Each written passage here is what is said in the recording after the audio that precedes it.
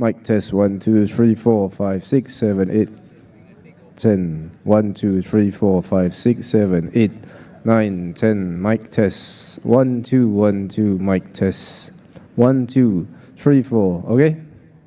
Okay.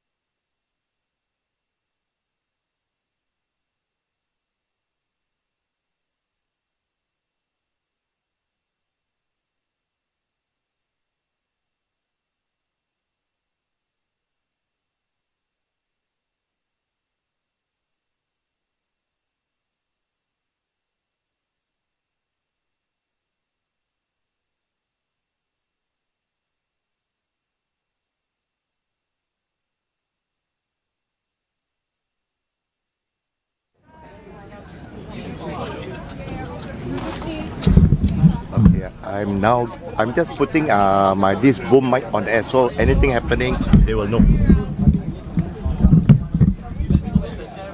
So at least they know that there's audio fit also lah.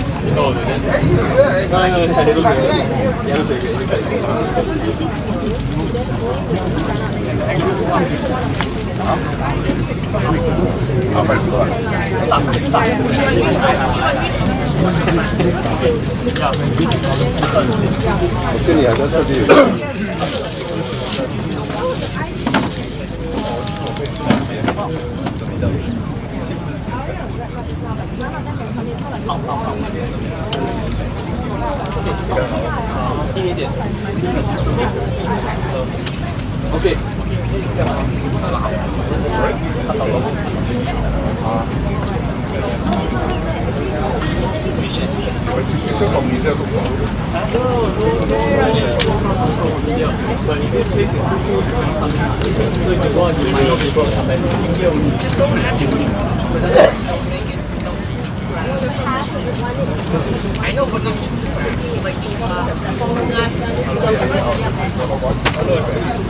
Can I try the other thumb drive?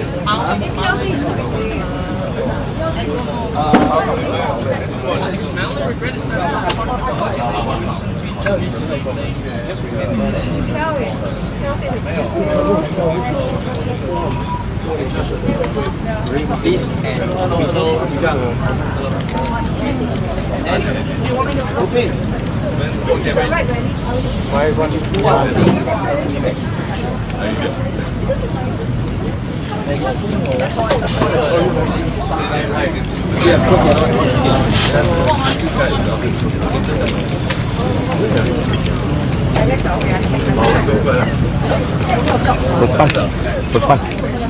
I'll be watching you. If you say like that, I you say like that, I go down. I'll be watching you.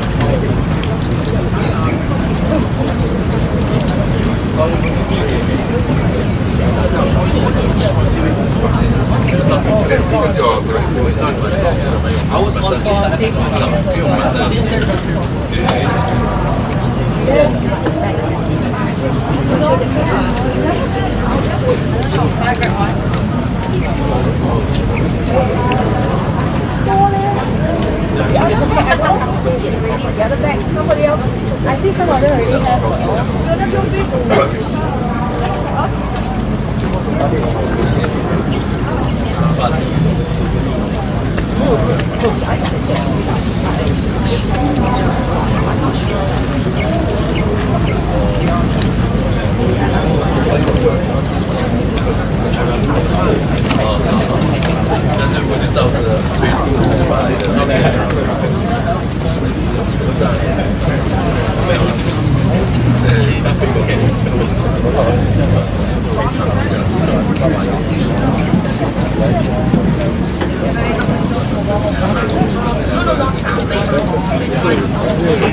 Is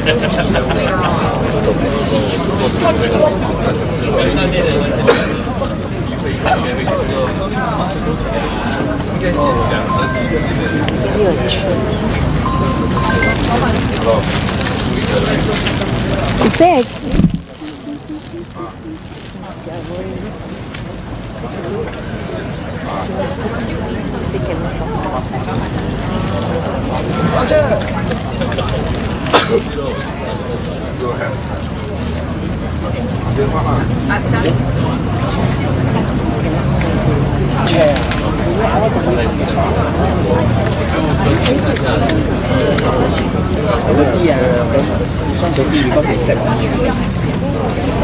Oh, canteen. Oh, you all need to sit. I think spare only parking up. Home parking.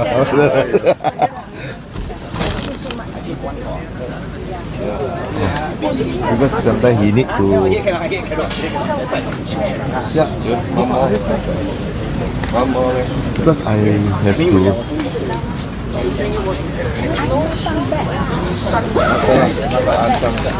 No, that one cannot. No, they want you need to step. You need to step go up others also. This one, right? This one. You take this one first. Some more. Sorry, Hey, mate, share lah. You and the Sekolah share.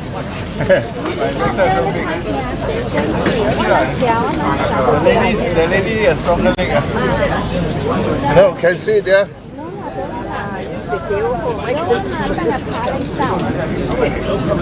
Can. 那个冰下面。要。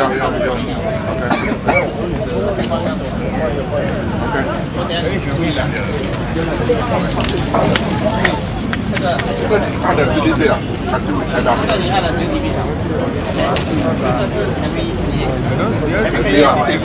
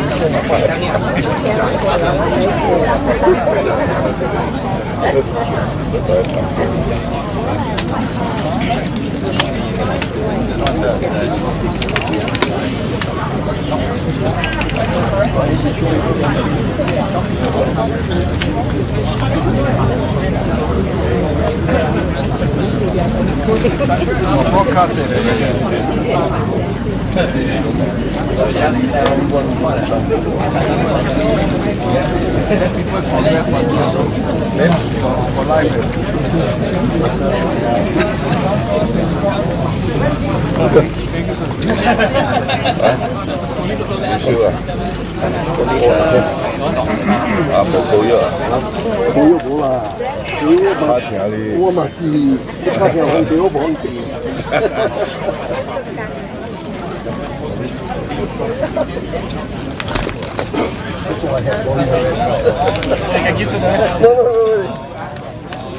卡条买假卡条啊。是啦，还十波。我听，我听不来卡条。把路进来了。I think I will be sure. Altogether, PSP got 2 million. So you got to check on that. But the should be in there. Then look like the more fun. 因为这个就是讲，你爱人上啊，你今日就不麻烦的，这个才讲会熬啲嘅。你唔知喎。所以。叫未叫不唔使啊！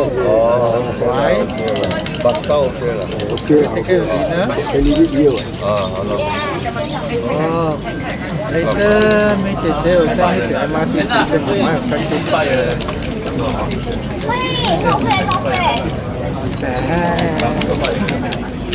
I'm with Uncle Roger now. Hello.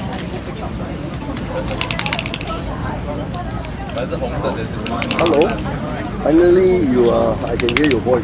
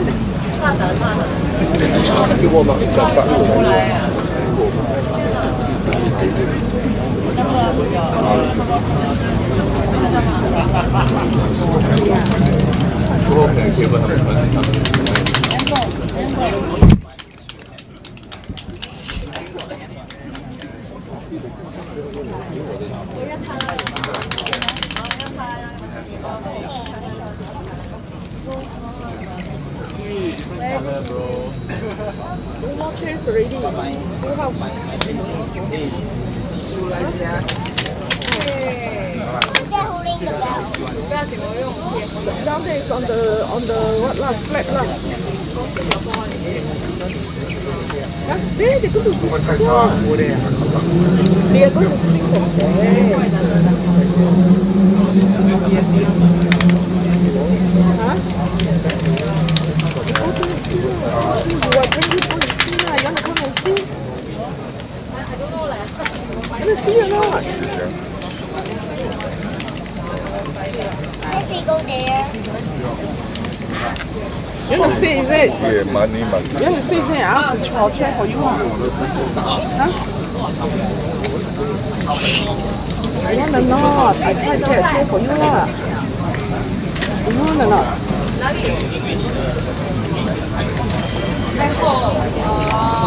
Huh?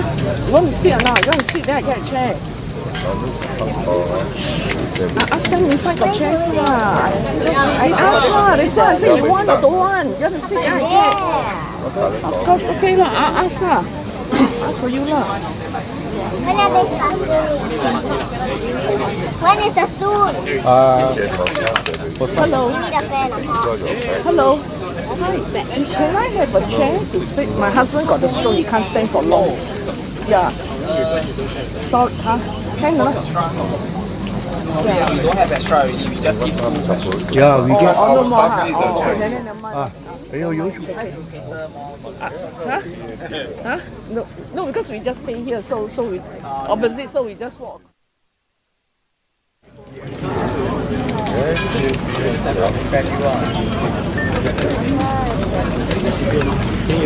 Huh?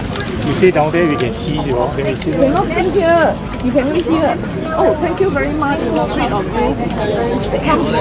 Come sit down lah. Nah. Sit down lah. Sit down. Oh yeah, the chair also dirty. Oh, recording ah.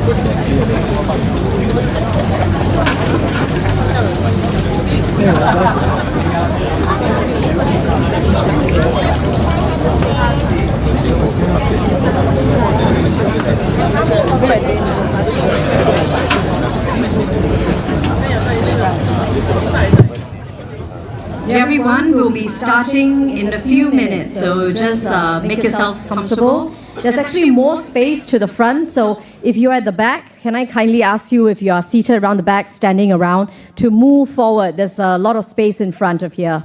We'll be starting in a few minutes.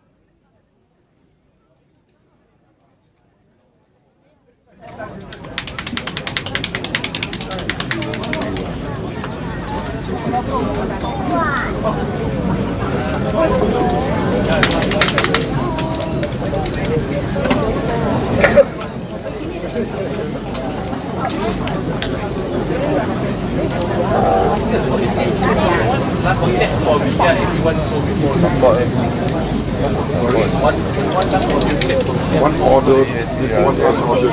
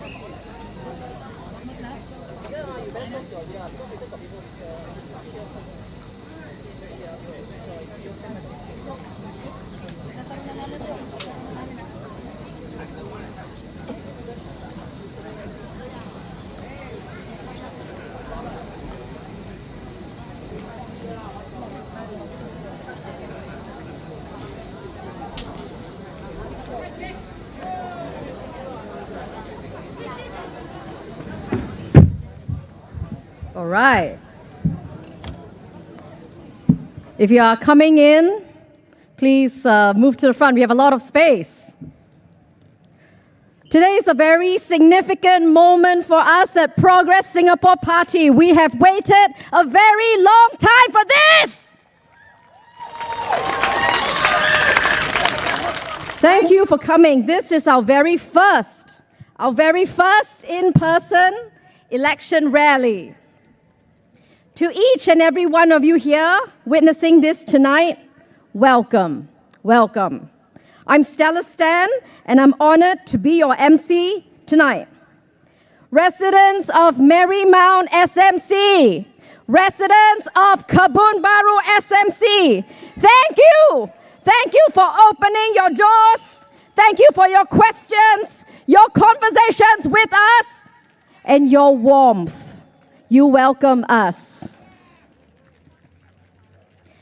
And if you're not a resident of Kebun Baru or Marymount, and if you came from across the island, from other places, thank you for being here. Thank you for showing up.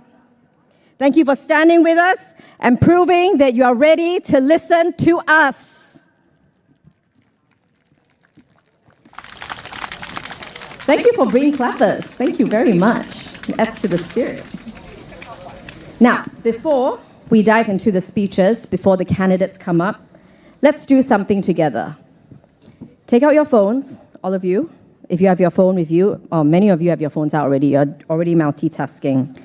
Can I ask that you join us also on social media? You will find us at Progress Singapore Party on TikTok, Instagram, and Facebook. And we are Progress Singapore Party Official on YouTube.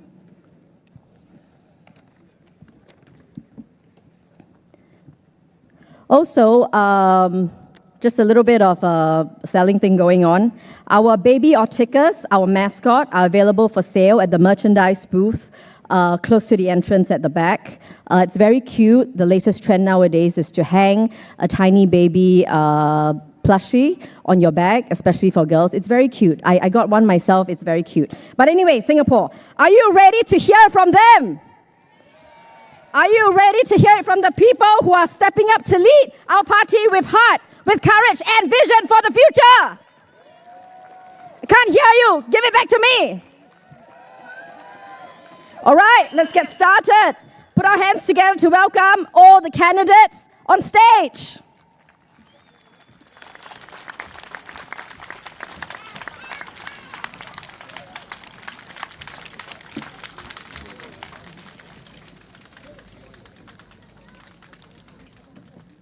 No. One. Oh, I don't know what's going on.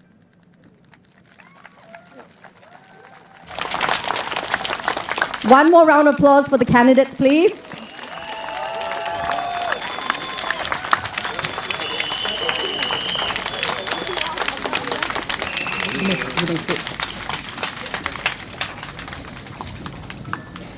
So we have limited time tonight, but we promise that your time here, residents, will be well spent. And I'm going to kick things off now. The first speaker is someone who knows what it means to build from scratch, across borders and across industries. He's invested with decades of experience overseas, also started a camera manufacturing company in Shenzhen, China. From 2000 to 2023, he served as the Secretary General of the Singapore Manufacturing Federation. Definitely somebody who knows about keeping industries strong and competitive for economy. Let's give a warm welcome to Lawrence Peck.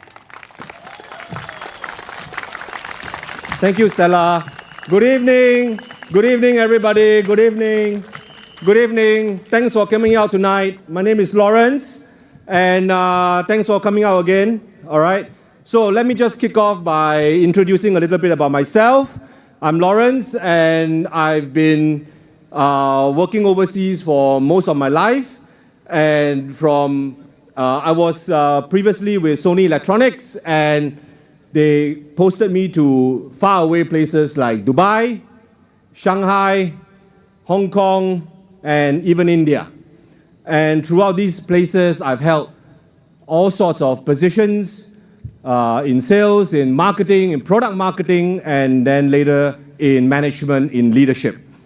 So across that time, I was able to learn much about communication, the importance of it, and what it takes to communicate with various stakeholders. You may have the best intentions, but sometimes if you do not communicate properly, things just fall apart.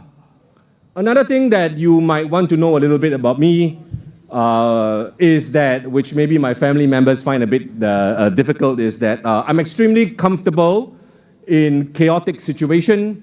I've always been put into very difficult situations in order to resolve them and try to communicate with the various stakeholders. I'm able to explain very complex policies, programs, difficult situations in very simple terms sometimes.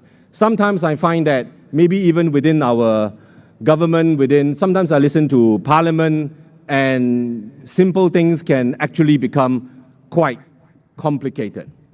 So many people have asked me, so if you're doing so well in an MNC life, why did you leave? I think that after a while, by the time I hit about 38, 39, I discovered that it is going to be very difficult for me to be able to proceed further in my career.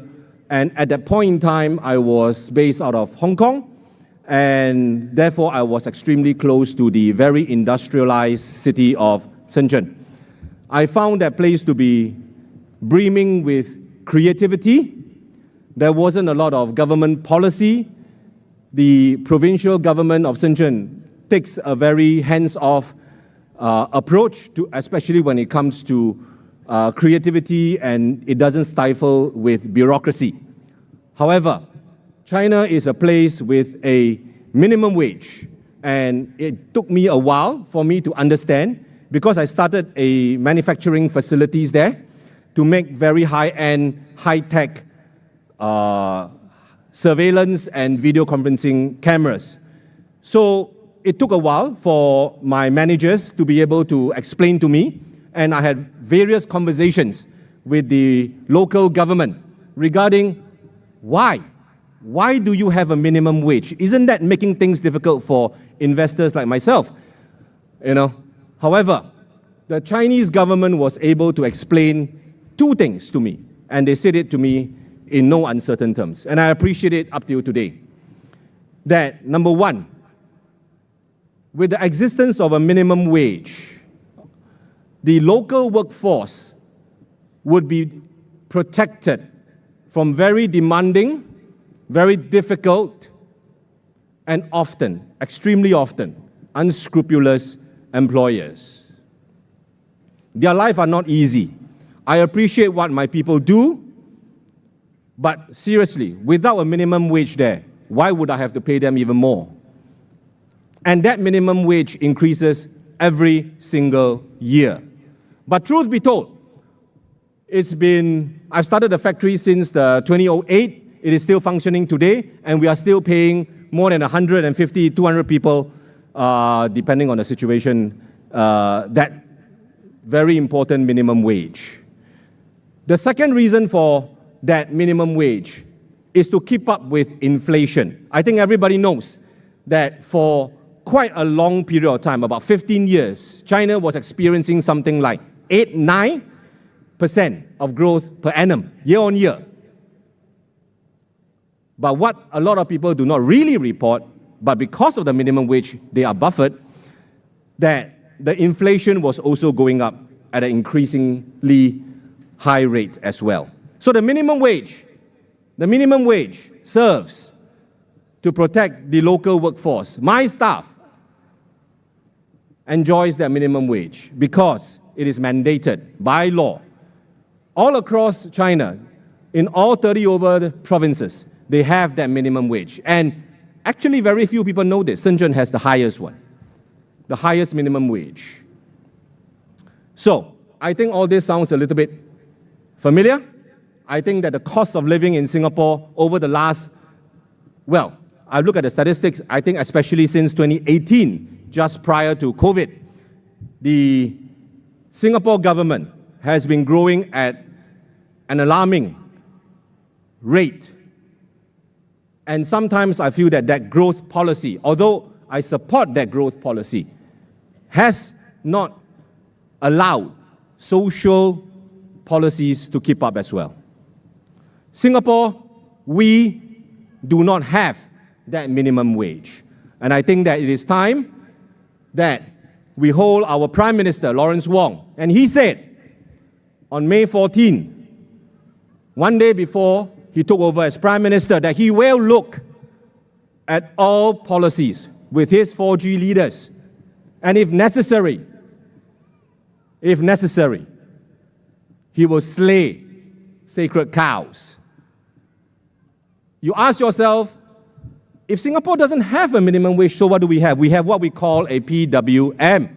We have a progressive wage model. Now that was enacted about 13 years ago by now. 13 years? All right. As the head of the Manufacturing Federation, I speak about it quite often.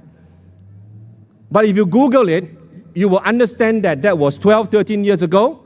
I think that at that point in time, our policymaker had the macroeconomic situation, environment to enact that. I think that's fine.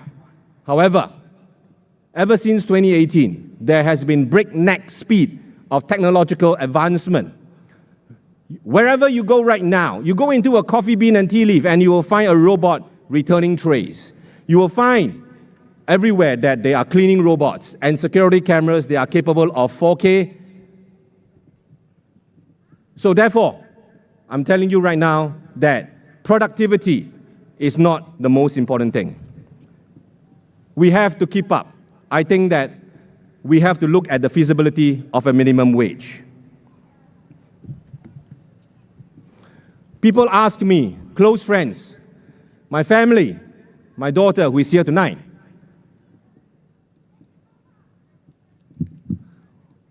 why do this? Why run? I find that Singapore is at a critical juncture. I find that we could be possibly veering off course. The Singapore government will always tell you that they will adjust themselves, that they will check themselves, they will, I don't like to say it, but they say it's known as own self, check own self. I think that in any large organization, any management guru, they will tell you, that's not possible because there is no consequence of not doing it. What is the consequence of not changing? As long as they are dominant, as long as there is a dominant number of seats in parliament, it is extremely difficult for a large organization like our government. And we have a large government, all right? Okay? Our civil service is excellent, but great doesn't mean immune. I've been in those meetings, I've sat in those meetings, and it is the very personification of an echo chamber. In closing, what I stand for job creation and sustainable growth, not one-stop growth. I feel that in Singapore, the unheard voice of the people is give me a job, not vouchers. Not just vouchers. Give me your vote tonight and elect me into Parliament, and I will speak to the ministries on your behalf. I speak their language. Vote for the PSP. Vote for Tan Cheng Bock. And here in Marymount SMC, let's vote for Jeffrey Khoo. Thank you very much.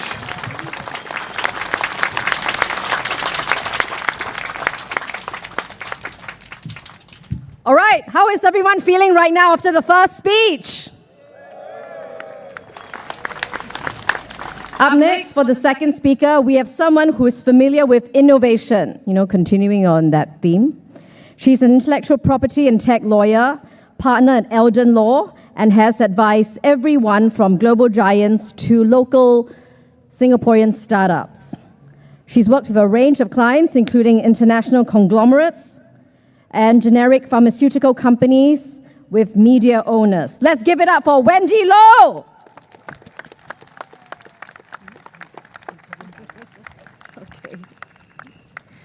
Good evening, everybody. Can the residents of Marymount make some noise?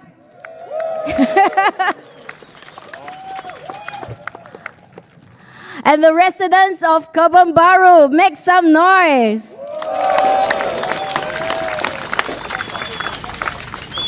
Thank you. My name is Wendy Low. I'm an intellectual property technology lawyer, and I sometimes give advice on employment issues. I was a partner with one of Southeast Asia's largest firms for almost a decade as its partner, and I'm now a partner with Eldon Law, which is associated with DWF, and that was one of UK's largest listed law firm. Tonight, I want to share about an important piece of law that advocated for it in my capacity as the head of PSP's Women Wing. That is Singapore's first Workplace Fairness Act to ensure that all Singaporean workers are treated equally and fairly.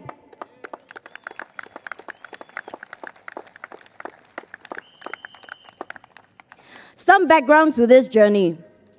I was volunteering with a women NGO in Hong Kong in the year 2000.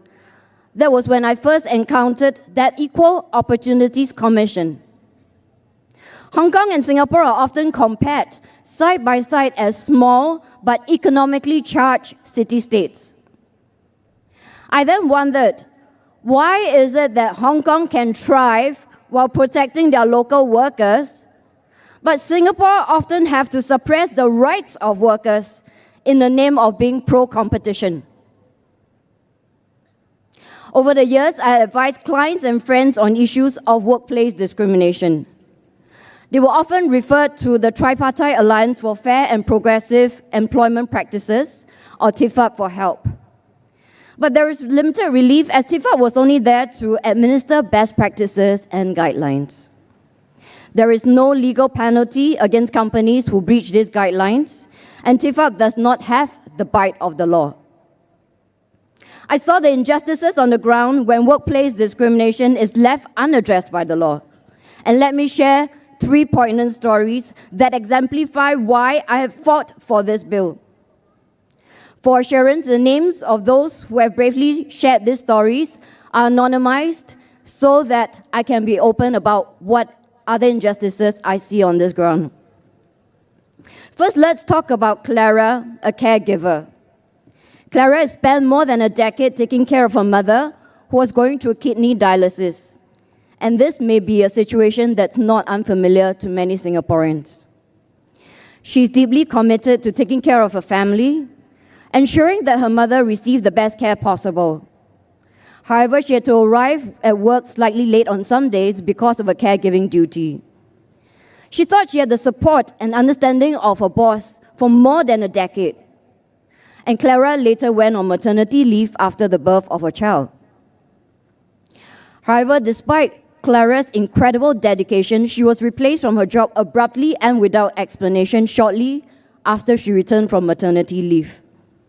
Clara later found out that her employer had chosen someone younger, citing performance issues that had never been raised to her in a prior evaluation. How would you feel if you were Clara? In this case, Clara was devastated, but she had chosen not to fight because her employer was a big company. This is not uncommon, because employees are often the David in the unequal fight against the corporate Goliath. The second story, I want to talk about my friend Raj. Raj is a brilliant young man full of talent and ideas.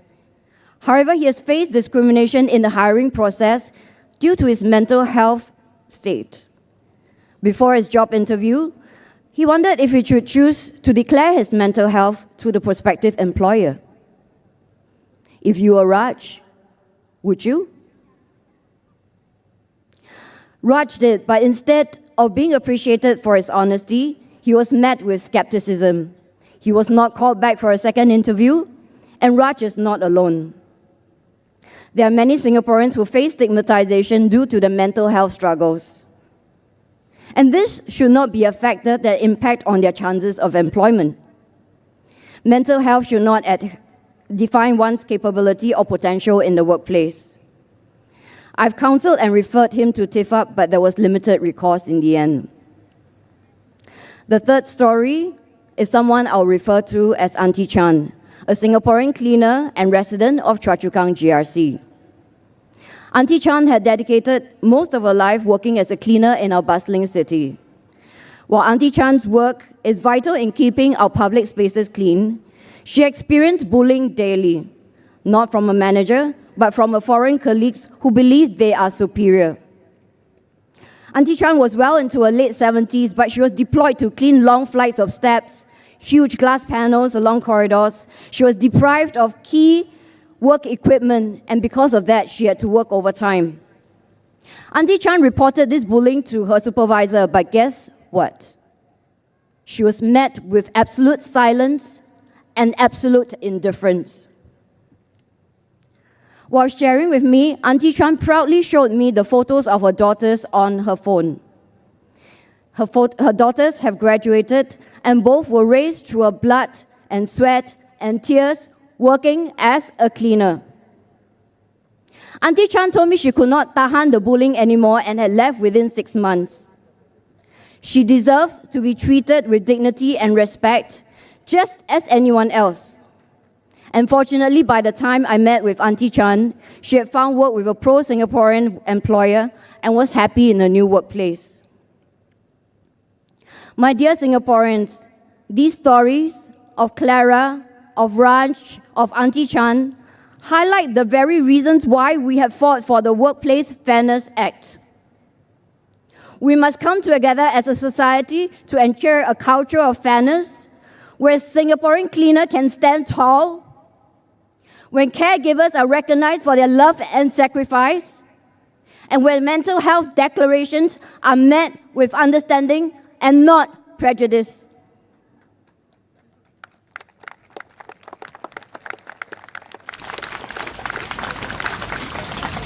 Importantly, the passing of the Workplace Fairness Act on 8 January 2025, which is coincidentally my birthday, so now all of you know when it's my birthday. That goes far beyond the passing of a law because it also speaks to the importance of political competition. When we trace back, an anti-discrimination law was first proposed by PSP when we first launched the Women's Wing in January 2021. This was alongside the Workers' Party. In the August of that same year, the then Prime Minister Lee Hsien Loong then announced in the August National Rally speech that plans were there to enshrine anti-discrimination guidelines in the workplace into law. As such, I firmly believe that competition of ideas from credible alternative parties like PSP forces the PAP to act. Tonight, I therefore stand with my colleagues, Jeffrey in Marymount and Tony in Kebun Baru, to call you to vote for them.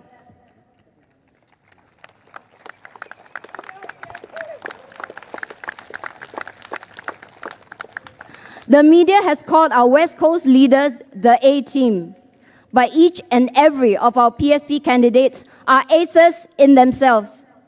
And who is to say that PSP cannot be the ace student who will ace every ground that we contest in? From Marymount to Kebun Baru, from Choa Chu Kang to Gombak, from West Coast Jurong West to Pioneer, we will fight and ace, and with each and every ground and with your vote, we will be the A-team in your constituency. my dear fellow Singaporeans, the time is now. Vote the PSP, vote for progress, vote for change. I thank you.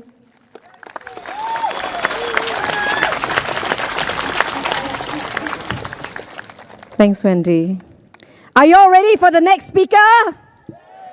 Can't hear you again. You gotta tell me you want the next speaker to come. From an auditor with seasoned experience, he used to be a stockbroker. Nala, as we call him, has spent 30 years navigating financial markets and now serves as president of the Society of Remisers. Please welcome S. Nala Karupan.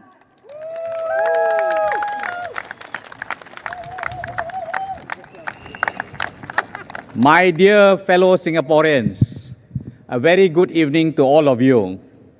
Wang Cha Hao, Singaporean. Selamat petang, rakyat Singapura. Iniya malay manakam, Singapore kudimakkale. I want to ask you all to give a pat on your back. This is the very first rally for Progress Singapore Party since its formation in 2019. You all are witnessing a memorial event. Also, I want to thank each and every one of you coming down to this rally. Thank you very much.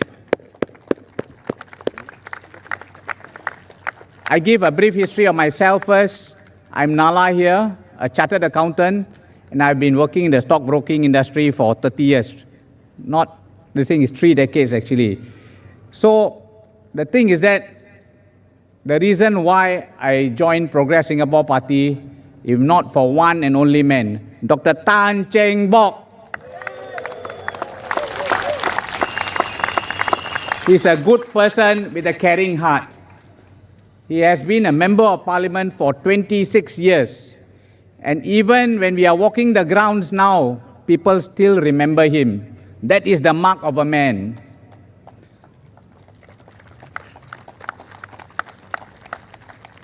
I was the first treasurer of Progress Singapore Party. So as a chartered accountant, you elect us to parliament. We assure you we look after your funds very well. We have integrity just as the rest 12 of us.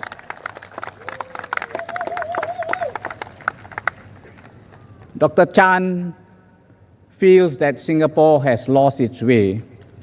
I still belong to the generation where I respect our founding fathers, Lee Kuan Yew, Dr. Goh Keng Swee, Rajaratnam, Toh Chin Chai, and many others.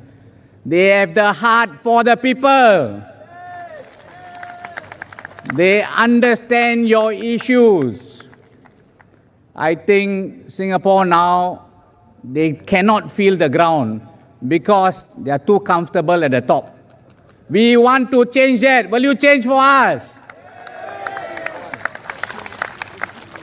Okay, another issue that is close to my heart is job priority for Singaporeans. I, as a president of the Remiser Society of Singapore, I see many of my fellow friends have been displaced because of digitalization.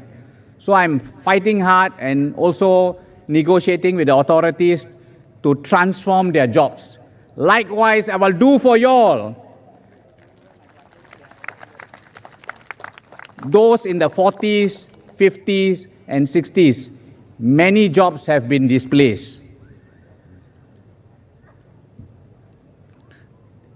To be fair to the government, they have upskilling programs.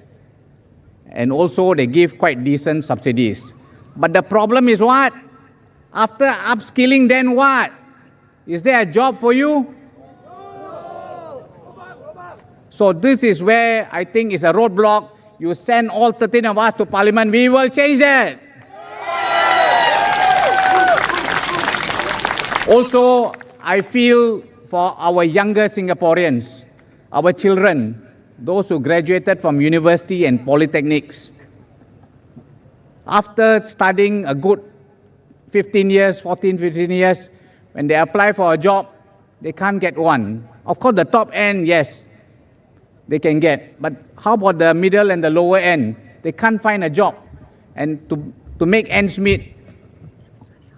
To make ends meet, they do Grab delivery. Nothing against Grab delivery, but is this what they are trained for?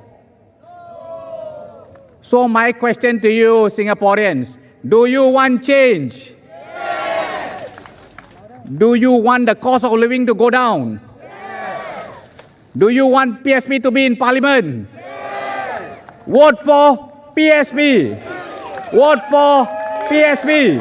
Vote for PSP. And I'm a patriotic Singaporean. When I say Majulah, you all say Singapura. Majulah. Singapura. Majulah. Singapura. Majulah. Singapura. Thank you. Terima kasih. Mika nandri.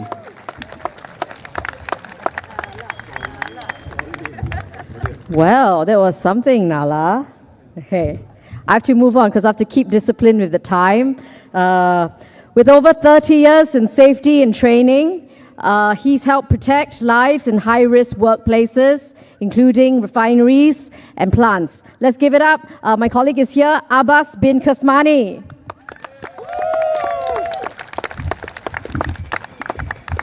Good evening, fellow Singaporean. Ni hao. Inayang wadakam. Malay wadakam, sorry. Assalamualaikum. Allow me to speak in Malay, very short but very crisp. Negara kita telah berkembang dengan baik sejak merdeka. Akan tetapi pekerjaan senior kami telah menyaksikan telah tak ada kerja, hilang kerja dan mereka harus berbesaraan umur yang masih muda walaupun 45 tahun ataupun 50 tahun. 4G bercakap tentang Singapura yang lebih baik untuk generasi akan datang. Masa depan yang bina atas korbanan mereka yang terdahulu. Orang-orang yang membina negara ini adalah mereka senior, pekerja-pekerja senior juga yang dahulu sampai sekarang.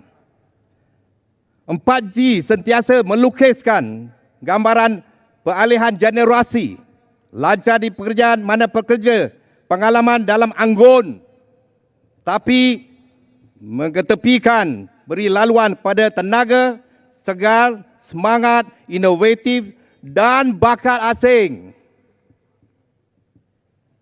Ia mengabaikan keahlian besar, pengetahuan institusi pekerjaan kanan atau senior. Jadi, tuan-tuan dan puan-puan, kami PSP akan membawa perkara ini di Parlimen mengenai pekerjaan-pekerjaan anda. Saya ada pantun dan bunyinya ini. Dulu kampung, kini HDB. Hidup mencabar, kos pun tinggi. Ingin perubahan, mari bersatu hati. Undilah PSP, vote for PSP. Thank you. And now I'll speak in English. My name is Abbas Kasmani. I'm working as a safety practitioner and training. I'm a senior worker like you, most of you. So we built this nation as senior workers with our bare hands, our sweat, our sacrifice, our skill, our dedication. Above all, we believe in Singaporean spirit. But our journey not end there. I have one grandson, and I believe I have responsibility like you do, leaving behind better Singapore for our grandson in the next generation. But PAP 4G talks about leaving behind better Singapore for the next generation, which build in sacrifice of Singaporean of the past. That is you. That's your grandfather. But I ask you this, have we given appreciation by them? Yes or no?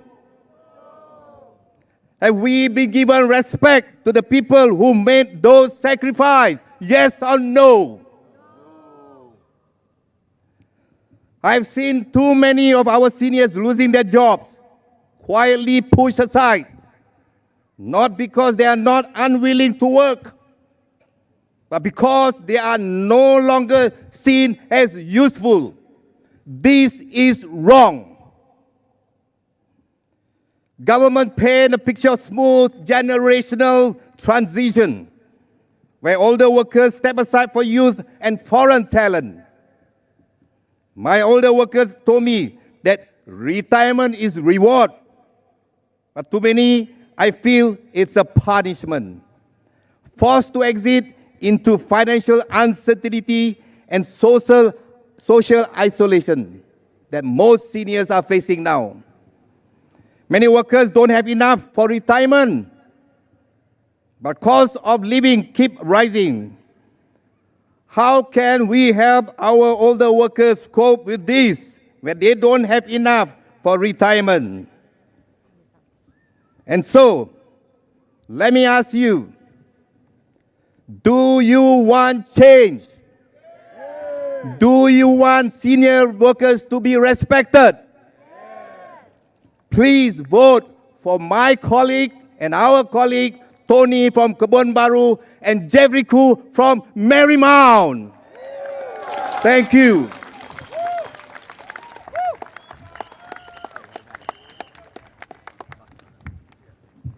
Can we have another round of applause for the speakers that came up on stage just now?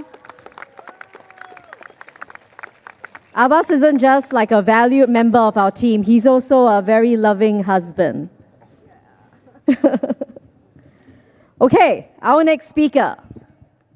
Raffles Girls' School, then Raffles JC. Check. And US Law. Check. Called to the bar in 2011. Check. The Civil Service. Check. So what is the next check? To check on the government! Please welcome Stephanie Tan.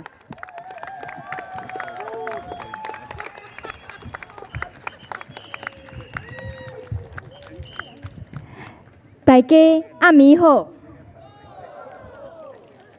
大家晚上好，大家晚上好。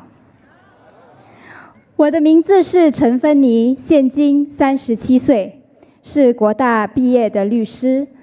在成为妈妈之前，我在国防部工作。2016年有了孩子以后，为了有更多时间照顾孩子，我想从全职转做兼职，但是不被批准。之后我就当了全职妈妈。今晚我会用英文演讲，讨论新加坡人年轻人现在所面对的一些问题。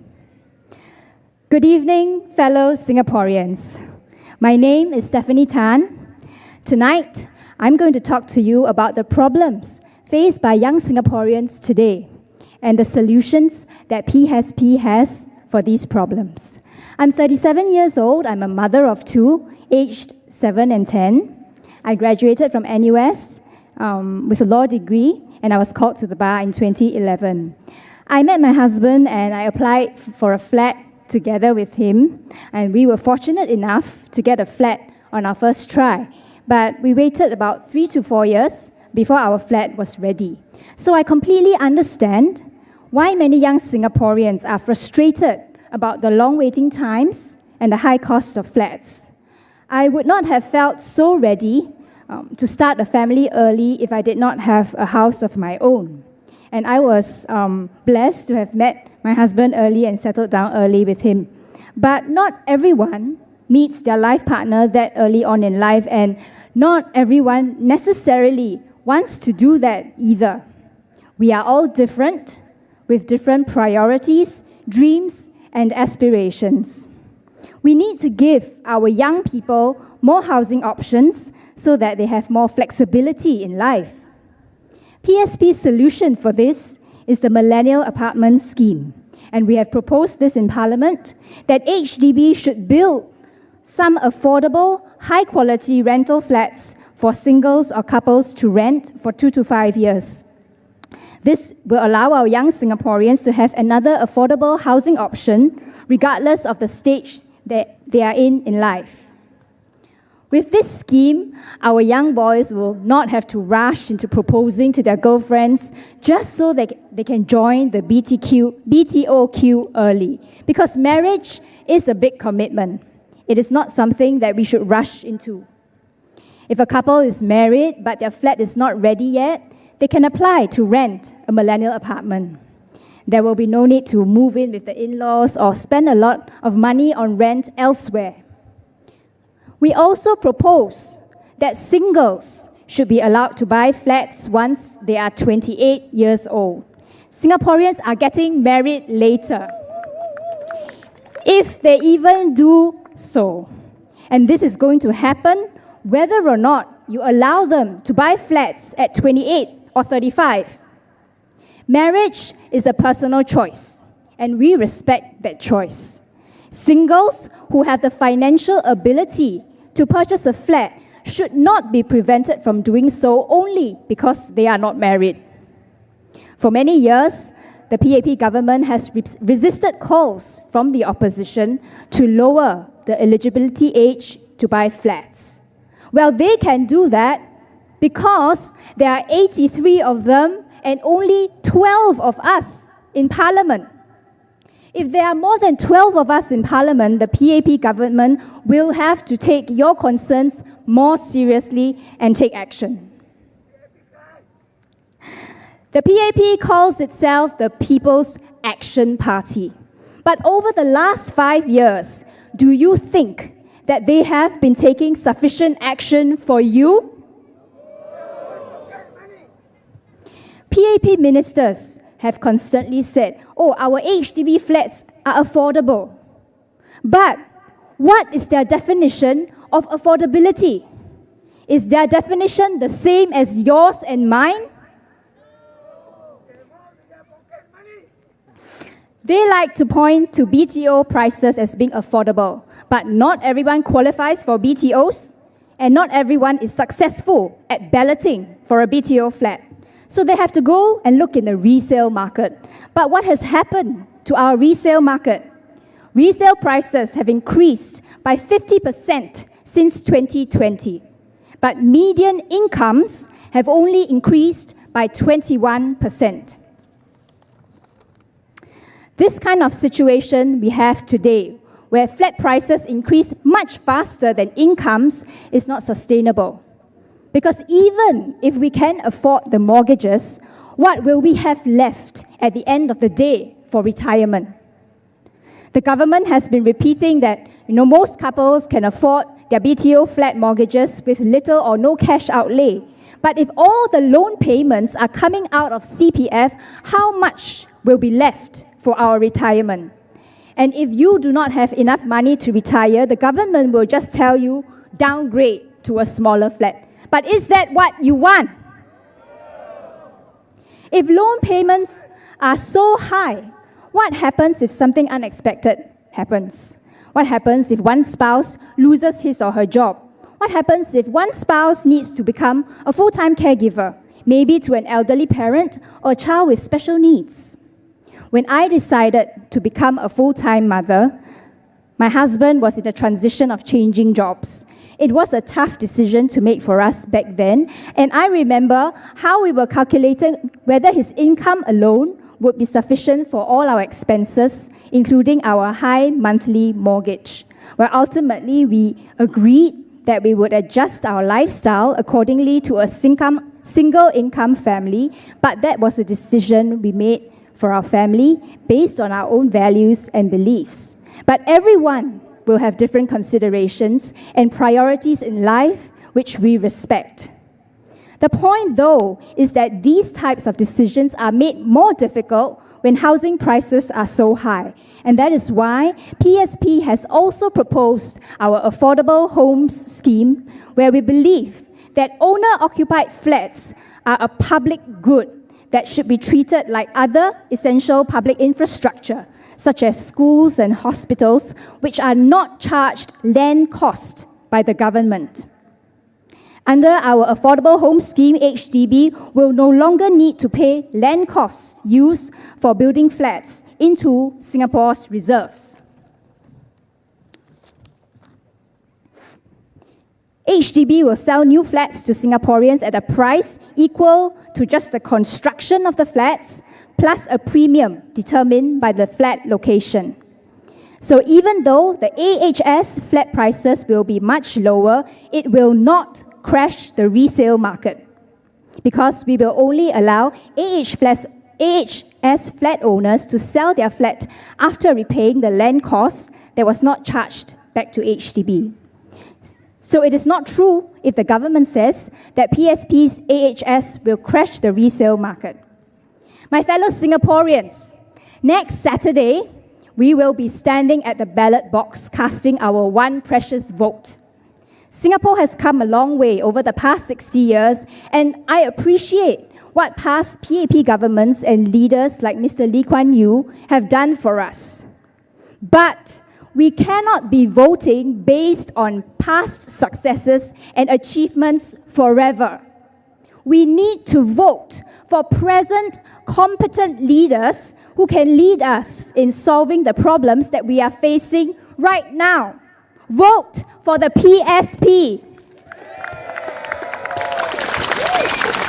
亲爱的同胞们，下星期六，我们将在投票箱前投出我们珍贵的一票。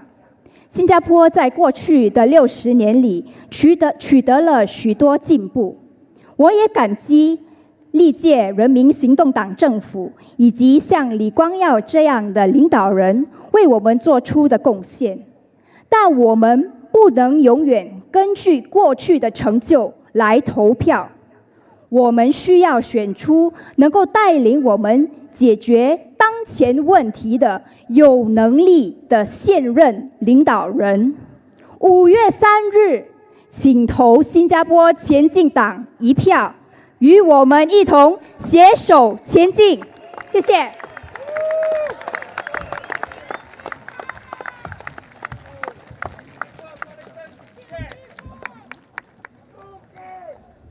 Thank you. Thank you for enthusiasm. Thank you. Means a lot that you cheer for us. Coming to this rally, a lot of our colleagues, we've been very touched and heartened by the words of encouragement you gave to us. But I'm also a little bit of a disciplinarian here on this stage because I need to keep to the time. So we need to, move on. So our next speaker studied at Cambridge University on a Singapore Armed Forces scholarship and served for 9 years before becoming an entrepreneur. Over the last 2 decades, he has co-founded several businesses in the education and the gaming industry. Please give it up for the candidate for Kebun Baru SMC, Tony Tan Lei Tiam.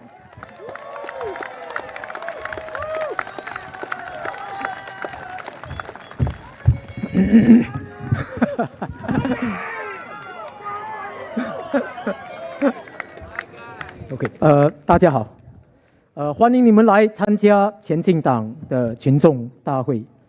让我首先谈谈选民所关心的课题：高昂的生活成本和经济的不确定性，这些问题持续给我们的社会带来沉重的压力。这些挑战会影响我们的社会结构。确实，有些新加坡人跟不上节奏。有些会感觉被社会遗忘或淘汰，人民担心成本不断上涨而无法跟上，担心医疗费也在上涨，担心就业机会，担心未来，担心孩子的未来，担心房价昂贵，担心退休后的开支。去年政府多收税款60亿，这样会给新加坡人带来不必要的经济负担吗？尤其是我们年老一代，一些普通用品的价格都上涨了。新加坡需要更多反对党在国会进行更多讨论。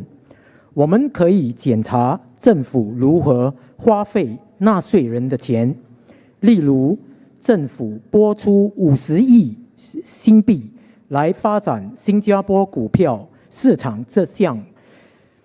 我想提出2个问题：第一，这项投资的收益会不会是短暂的？第二，是关于这项计划的时机，为什么是现在？我们为什么要在这个时候做这件事情呢？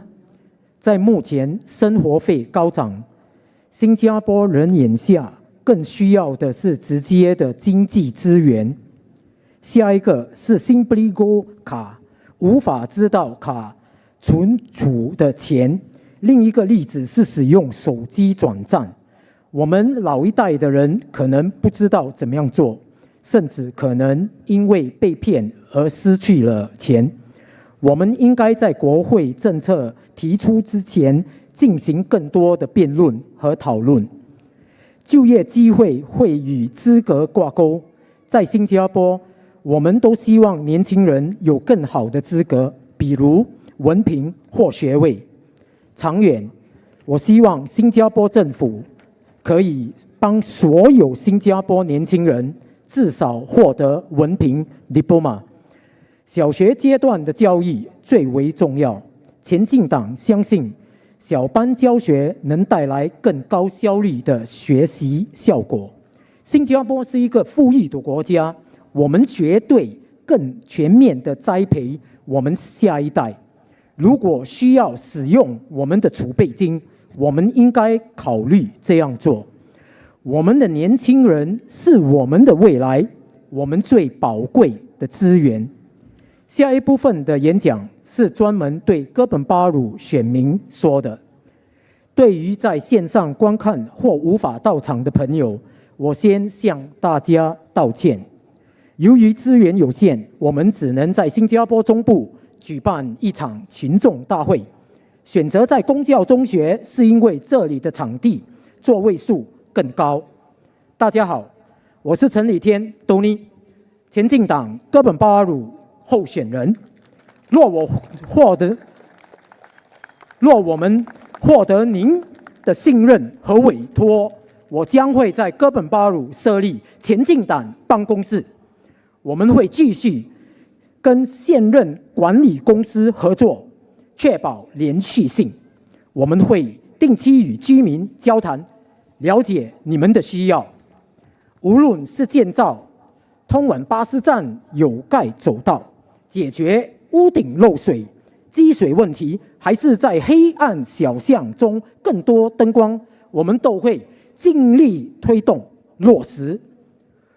我也将检讨服务与杂费的使用状况，确保用于清洁、维修和美化的每一分钱都花得其所，物有所值。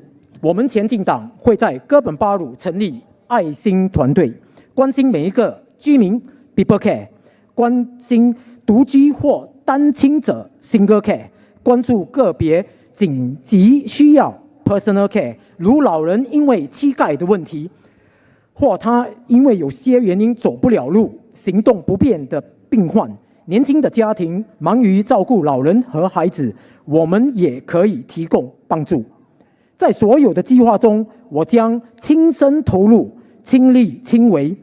我有意成为一位全职国会议员，全心全意地为大家服务。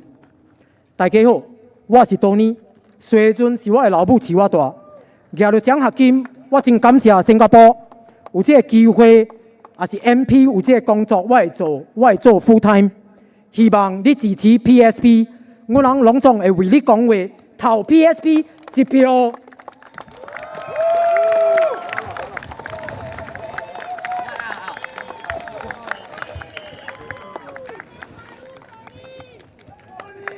Hello, fellow Singaporeans. Thank you for taking the time to be here to attend the rally.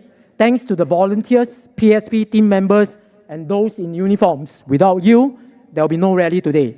I'll talk on 3 pointers today. Point 1, how we can ensure that no one is left behind through education. Point 2, why there's a need for greater debate on policy in Parliament. And finally, I will talk about how PSP team in Kebun Baru intends to serve you. Education pulls me out of poverty. Education teaches a person to fish and empower a person.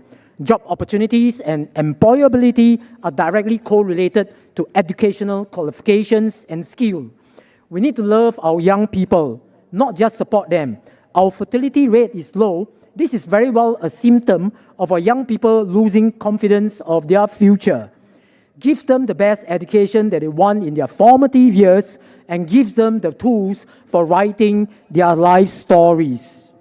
We need smaller class size to support our young ones in primary and secondary school, more customized learning, more individualized care for the students. With fewer students, teachers can devote more time efforts into looking after the mental health of each and every one of our kids. Also make PSLE optional. To love our next generation who are still in their schooling days, it is not sufficient to say we have a system and pathway, but how is that system and pathway helping our young people succeed? Let Singapore set a target, equip all our students 100%, at least a diploma, if not a degree, so long they are prepared to work hard.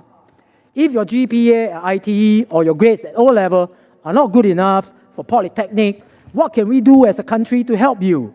Similarly, for our Polytechnic graduates or JC students seeking admission to the 6 autonomous universities, if GPA or O and A-level results for specific results are not good enough, can they just repeat those results or modules?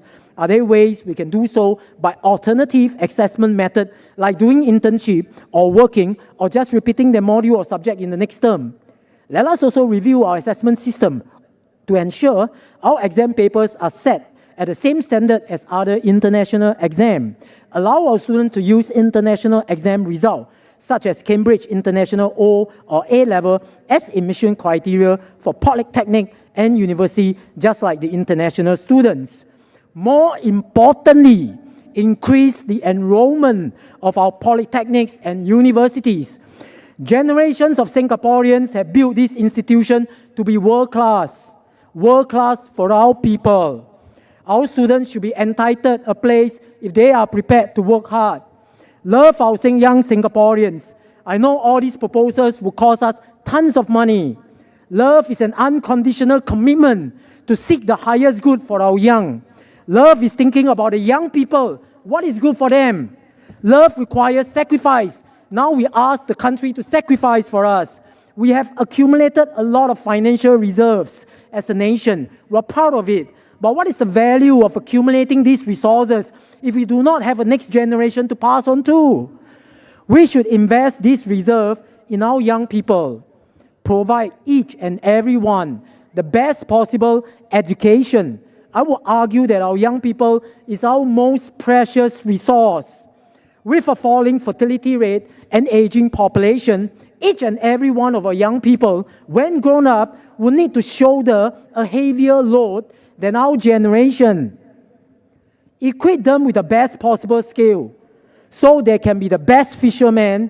Our young is our reserve.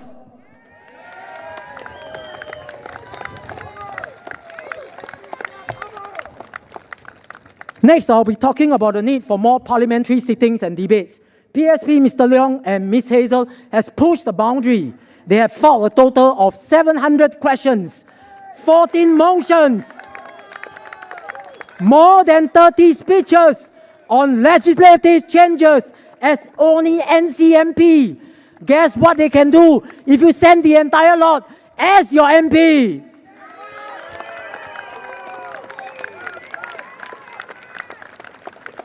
Let us cite some examples why more debates are required. Simply Go issue creates anxiety for many users, especially our elderly folks. User performance review had indicated there are concerns people are unable to check the balance stored in the card. But this was ignored in the rollout. Without the oxygen of publicity, I'm not sure if the government will U-turn. I hope our government adopt a more proactive approach and have more discussion in Parliament especially on technological changes that affect our elder folks who may be less tech savvy. There should also be more debates on how taxpayer money should be spent. One such allocation is $5 billion on the development of Singapore's stock market. Two questions to raise. First, effectiveness of the $5 billion vis-a-vis market capitalization of 876 B, and whether its effectiveness is short-term. Second question, is the timing right? Why are we doing this now? Aren't there more pressing issues like the high cost of living as well as the prevailing economic uncertainty? My concern is about the priority of our allocation of our taxpayer money, which in my view should be used to address the high cost of living. The $5 billion should go to that, not to the stock market. Because of all these reasons, we need more PSP candidates or MPs in the parliament. Please vote for Marymount. Please vote for Pioneer. Please vote for Bukit Gombak. Please vote for Choa Chu Kang. Please vote for West Coast.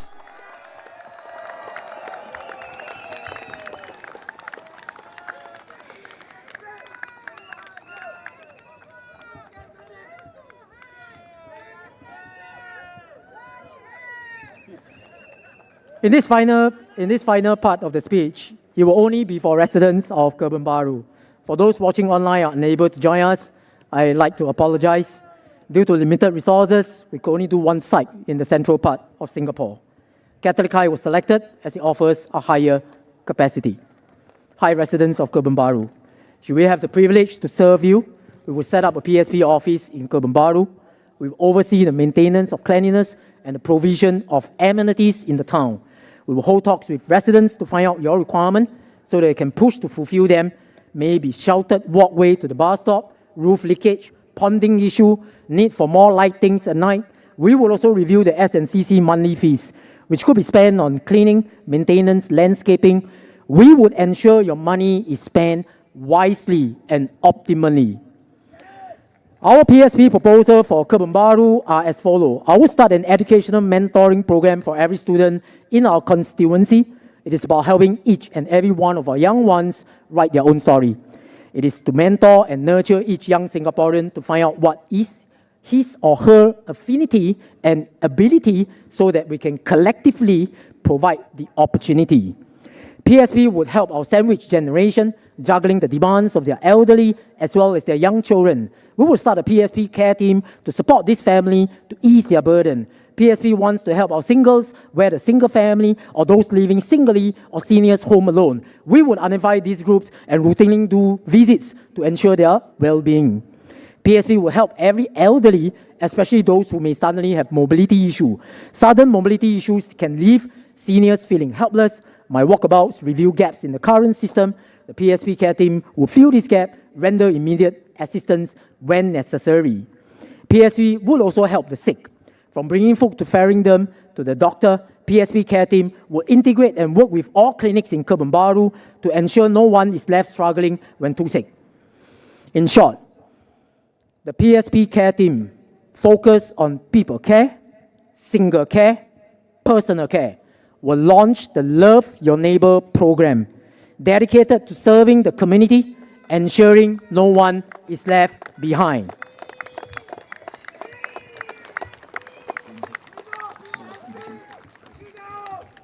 In all these programs, I will be directly involved, both hands and legs.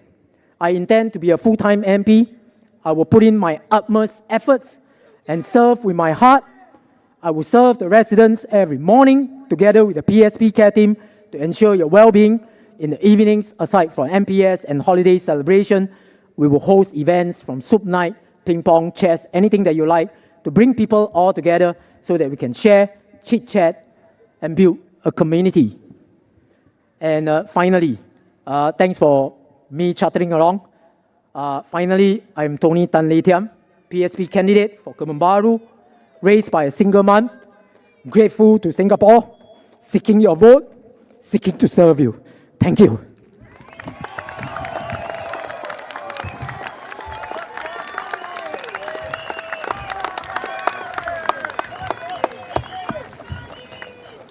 You just heard it from Tony, the candidate for Kebun Baru SMC.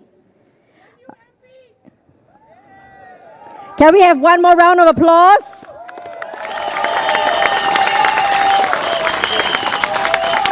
I'm going to ask you to clap more now and even louder.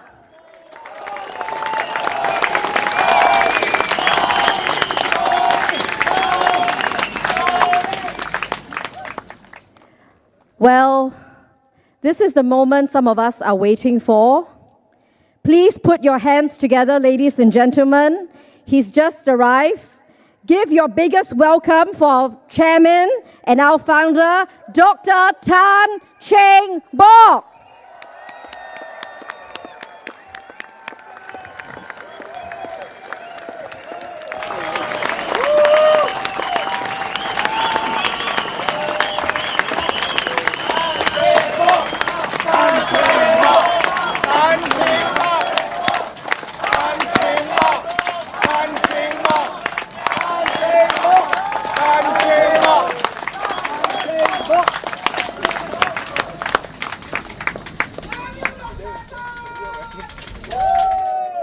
You'll move down the seat.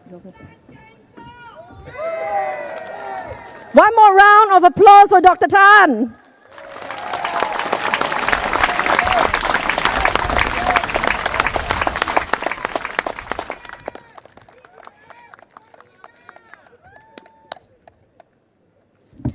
Thank you. Now back to the rally. Candidates, please take your seat. Oh, I'm so sorry. On to our next speaker. He's read law in the UK and worked there for many years in various sectors, from private companies to a regional development agency. After returning home to Singapore, he worked in the as an in-house legal counsel and is now the managing director of a condo management firm. Please welcome Sunny Is. Hello. 我是八频道的记者北兰。陈部长，您临。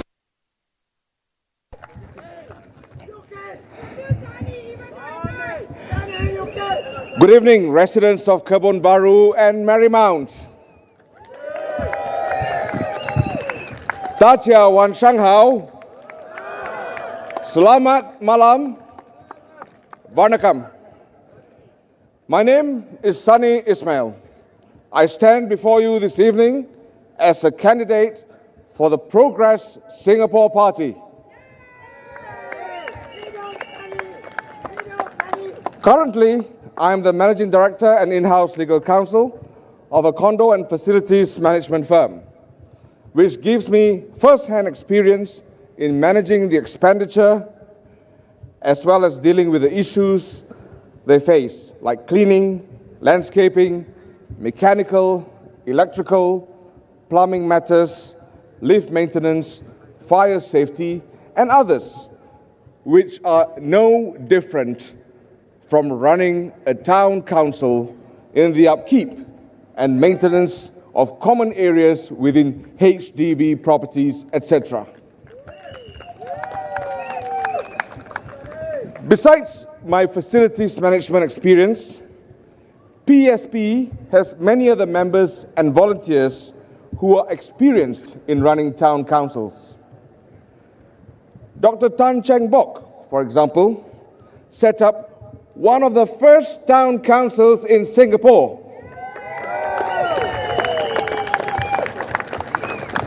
So please, Kebun Baru and Marymount residents, rest assured that your town will be well looked after if you elect a PSP MP. Tony Tan, Jeffrey Koo.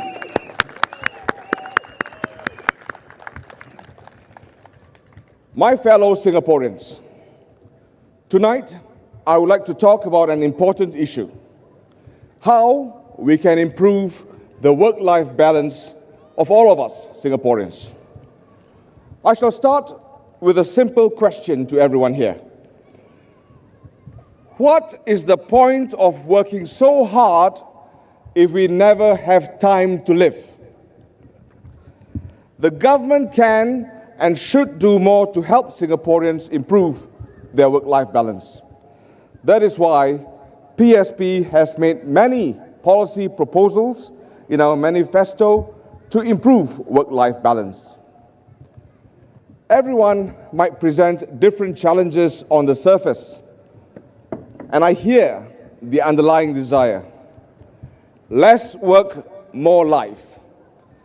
The introduction of technology, as useful as it may be, has sometimes blurred the lines of official working hours as bosses and company group chats continue to buzz even after you've clocked out of the office. Work-life balance may seem to be the new buzzword nowadays, but what does work-life balance really look like? Is it really possible in Singapore?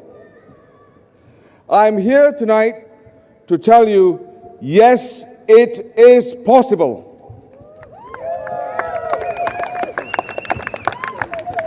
Having many years of experience abroad, I hope to be able to take some solutions that have worked well elsewhere and tweak it to apply to our Singaporean context. If elected, one of the things that I will take the lead on is to create a stronger work-life balance here, right here in Singapore, our home. Oh yes, we can. We'll start off with implementing the right to disconnect.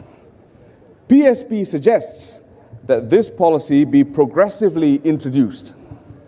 We want to pass laws that stop after-hours work messages, unless, of course, it's an emergency or you've consented to it in advance. Your evenings should belong to you and your family. Time with your loved ones is not optional, it is essential.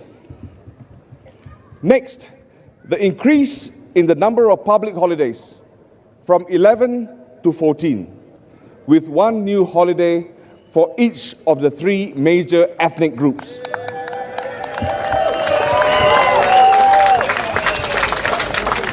In 1968, the government reduced the number of public holidays from 16 to 11 in order to increase productivity. Everyone in Singapore can benefit from having more public holidays. PSP suggests, for now, adding one for each major ethnic group, namely the Eve of Chinese New Year, the second day of Hari Raya Puasa, and Thaipusam.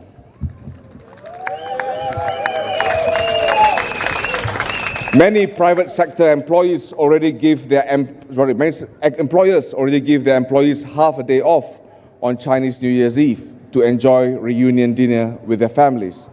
It would therefore not be much of a stretch to extend that to a full day off. The Muslim community would deeply appreciate having an extra day during Hari Raya Puasa.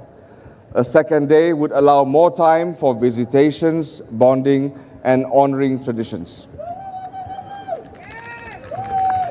This year, I had the privilege of attending Thaipusam. And let me tell you, it was a sight to behold. If Thaipusam was made a public holiday, more of the Hindu community could take part. And beyond that, we can elevate it into a major cultural event that draws tourists and showcases our diversity to the world.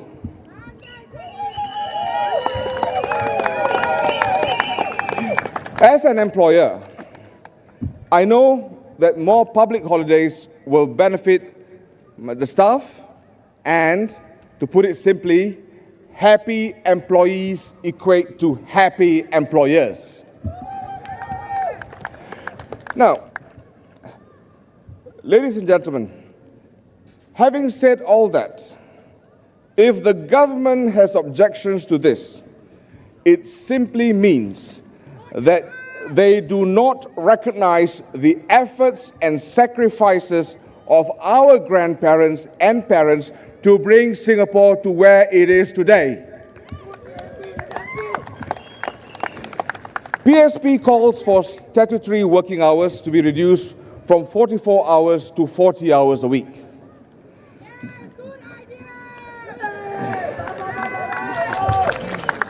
The statutory 44 hours a week is a legacy of the 5.5-day week, which was abolished for the civil service in 2004. Singapore has since moved to a 5-day work week culture. A strong economy shouldn't come at the cost of our health, our loved ones, or our mental well-being. PSP also calls for the minimum number of days of annual leave to be increased from 7 days to 14 days. We all deserve the time for family and to take breaks to recharge ourselves. Ladies and gentlemen, work-life balance is not just a personal dream, it is a national priority. Because a tired nation is not a growing one.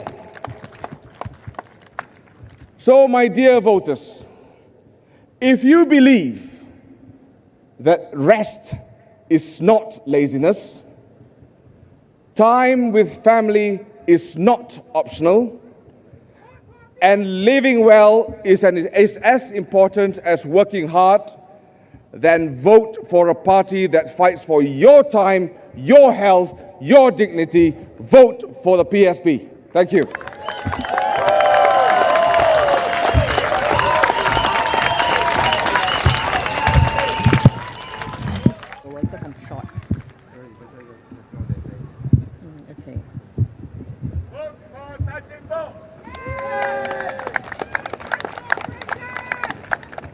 Thank you for your support. Thank you for your enthusiasm. It really heartens all of us, all our colleagues here at PSP.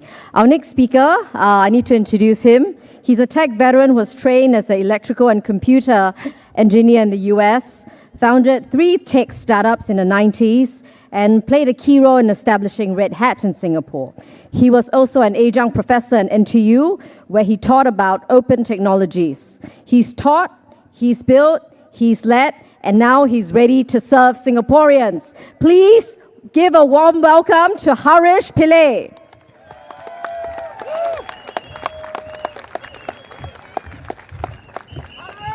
Good evening, Singapore. I can hear you. Good evening, Singapore. All right, well done. My name is Harish Pillai, and I am a candidate for Bukit Gombak under the PSP. I trained as a computer engineer in the United States, and I've been working in the technology world ever since. I will cover 3 areas. First, we heard a lot of things around technology. I'm going to talk a little bit about what we have been hearing, AI. How many of you have used ChatGPT here? Clap if you did. Clap louder if you did more. Thank you. I want to discuss that we need to ensure that no one in Singapore is left behind with the AI and technology divide. I worked with building the internet and AI when I was in school in the United States in the late 1980s, way before it became commonplace for all of us here. And in just 3 short years ago, and 2 years after COVID, how many of you remember COVID? 2 years after COVID, we see a brand new AI resurgence. And it is attracting everybody's attention. It is no longer a futuristic concept. It is here. AI is now reshaping communities, economies, workplaces, and dare I say, all of us on a daily basis, from virtual assistants and so on. Singapore has always invested in areas that the government thinks would add advantage to Singaporeans, such as semiconductors and biotech. Today, we are going head on to become a hub for AI in this part of the world. We are racing forward very strongly in this, but there is a big question that we have to ask. Who is being left behind? Who is being left behind? While some of us embrace the technology, there are a lot of us who struggle with it. I have seen this in my walkabouts. I've seen some of the senior citizens in Bukit Gombak struggling with using the mobile phone. It is not an easy thing to do. Eyesight may be an issue. Mobility becomes another issue. We use technologies daily. Remember, on May the 3rd, next week on Saturday, you can go and vote. When you go to vote, all you really need to do is bring your mobile phone. Why? Because you have SingPass. Why? Because SingPass will give you access to the IC. But just think about this. If you choose not to bring your NRIC, your physical IC, we have a problem, because what happens if your phone runs out of battery or the mobile network goes down? How are you going to identify yourself? We need to have this. Now, these are simple little things that we need to do. We need to educate our seniors to make sure we do this right. We cannot leave anybody behind. We live in a relatively high-trust society. Why do I say that? Looking at the amount of scams that we have seen, hundreds of millions of dollars being scammed away. Why is that so? We have a high level of trust in things that we see coming from official places. What we need to do is to educate our people to make sure that they recognize and are able to distinguish between truth and falsehoods. We in the PSP would want to work with you to make sure we are able to help you and educate you and work with you to ensure that you're not going to be challenged when we deal with technology, especially as it moves forward so rapidly. We cannot leave anybody behind. This brings me to my second point, income equality. Income inequality in Singapore is already very high. If we don't have a good job if we don't do a good job navigating the AI revolution that we are seeing currently, it will deepen this inequality. We do not want to have this happen at all. If only a small fraction of the society can handle this, what about the rest of us? We need to make sure the rest of us are not left behind. Please repeat after me. No one is left behind. No one is left behind. Socially, exclusion breeds distrust and division, undermining the harmony that we cherish in this multiracial country of ours. PSP believes that progress cannot come at the cost of leaving people behind. Absolutely not. We may have to deal with jobs being replaced because of AI. What do we do to help those who get displaced? We must push forward with quality retraining. As my colleagues have also said, there is retraining available. But after you're retrained, are there opportunities? If there are no opportunities, what did I train for? It's a real issue that we do not have concrete and useful answers so far. If I'm elected an MP for Bukit Gombak, I'll set up a program together with my colleagues in the PSP with the residents of Bukit Gombak so that they can donate unused mobile phones, smartphones, laptops that we can repurpose and make available to those who really need it. I saw this in 2020 when COVID was happening. There were families that were having to do exams or lessons from home using a mobile phone. The child was using a mobile phone to have lessons delivered to the child. That is the wrong way to do anything, especially as a child. We don't want to leave anybody behind. That brings me to my third point. The fast pace of change is causing a lot of stress mentally for Singaporeans. This is something that we have seen, and as my colleagues have already mentioned, we need to address that. This is why PSP believes that we need to strengthen the support for mental health services. We call on the government to reduce the waiting time for subsidized appointments to see mental health professionals in the public hospitals, and to allow MediSave to be used for mental health treatments. My fellow Singaporeans, it takes a whole of society to help us navigate this challenge of mental health. I hope every Singaporean will step forward and make this happen for all of us. Singapore thrives in turning challenges into opportunities. Then here comes the AI, and this then brings the AI divide. We cannot have AI have and AI don't have. That is not acceptable. We cannot allow that bridge or that gap to be there. We must bridge it. To wrap up, I would like to say that I had proposed to have a debate with Ms. Loh, who is my contestant in Bukit Gombak, on issues concerning Bukit Gombak. I'm looking forward to having the debate with her. For country, for people. Majulah, Singapura. Thank you.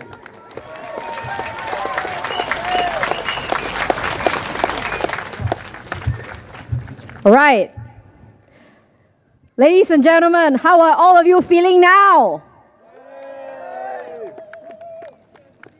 Do you want to hear more? Let me introduce to you the next speaker. He's the head of business development at a global company, but outside of his regional work, he's known to us as the president and founder of the Makan Association, with 8 Silat clubs training students across Singapore. You're such a big fan, huh? Put your hands together for Suma Leki Amja.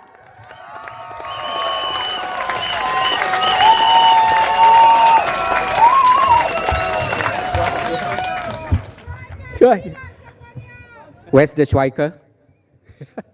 晚上好. Malay Wanakkam. Salam sejahtera. My fellow Singaporeans, residents of Marymount and Kebun Baru, good evening. My name is Sumarleki Amja, as what you have heard just now, but you can call me Lucky. I'm the PSP candidate for West Coast Jurong West GRC.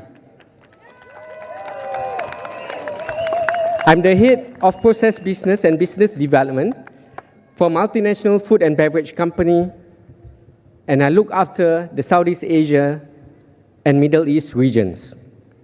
I hold an MBA from Manchester University. Naturally, because of my job, I travel widely.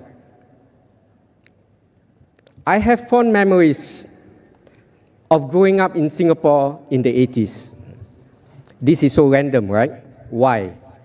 Because my topic today is cost of living, our favorite topic. In 1998, I was selected to go for an exchange program in Japan for about 1 month, 2 months. Back then, when I was there, I was so afraid to spend because Japan was so expensive. Just last month, my son came back from Japan for a holiday. And when I asked him, how was it? His first response was that Japan is cheaper than Singapore. This is ridiculous. In the past, Singapore was nowhere being amongst the most expensive cities in the world. However, from 2014, Singapore has consistently topped the Economist Intelligence Unit list for having the highest cost of living in the world. Don't boo me. Don't boo me. Okay? Of course, there are many factors contributing to the cost of living, right? Like the GST, right? Many other factors. But the primary driver at the heart of this issue is high property prices. This is the single primer for causing the high cost of living that we are facing today. When you go to the coffee shop and the price of your chai fan costs from $3.50 to $5, and for our Muslim brothers and sisters, nasi padang is already $10, right? It is partly because the person selling at the coffee shop has to pay a very high rent. And the rent has gone up too high that the prices has gone spiraling upwards. It is no fault of the seller because the landlord also bought the property at a very high price. Over the last 5 years, there have been multiple coffee shops all over Singapore sold for more than 40 million. I give you examples. 2002, a coffee shop in Tampines was sold for 41 million. 2023, a coffee shop in Serangoon, which is near here, was sold for 40.5 million. The new owner paid almost 10,000 per square foot. How can rents go up if the coffee shop are being bought? How can rents not go up if the coffee shops are being bought at such ridiculous prices? And when rents go up, the food sellers must also increase the prices of the food they sell. It is not the food seller that's making the profit. It is the value chain. It is the cost chain going up. This applies not just for coffee shops and food, but also for the shopping malls, cafes, restaurants, and even hawker centers. Our only avenue to find cheap, affordable food is also affected. It was reported that after the Thomson East Coast Line opened, rents at Parkway Parade Mall increased for some almost up to 30%. I've been working in the New Road area for almost 15 years, right? For the first 10 years, it was a very nice, cozy neighborhood with very chic cafes. Very nice area for us to work, to play, as well as to dine.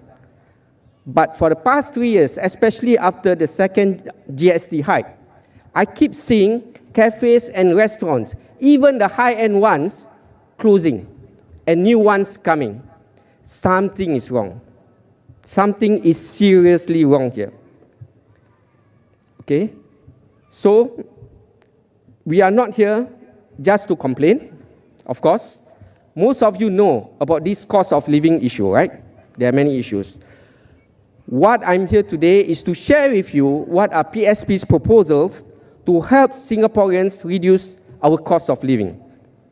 PSP, we propose that rent for hawker stalls should be set at $500 or 3% of gross revenue, whichever is higher. This will help the hawkers. Right now, hawker stall rents are set by tender. The highest bidder wins. Does this sound familiar to you? Yes, the COE system. And what happens to the car prices? Has gone through the roof. You've got it. Right? So, that's why in the news, you see that some hawker stalls have been rented out, have been renting for more than $10,000 per month. PSP, we want to change that.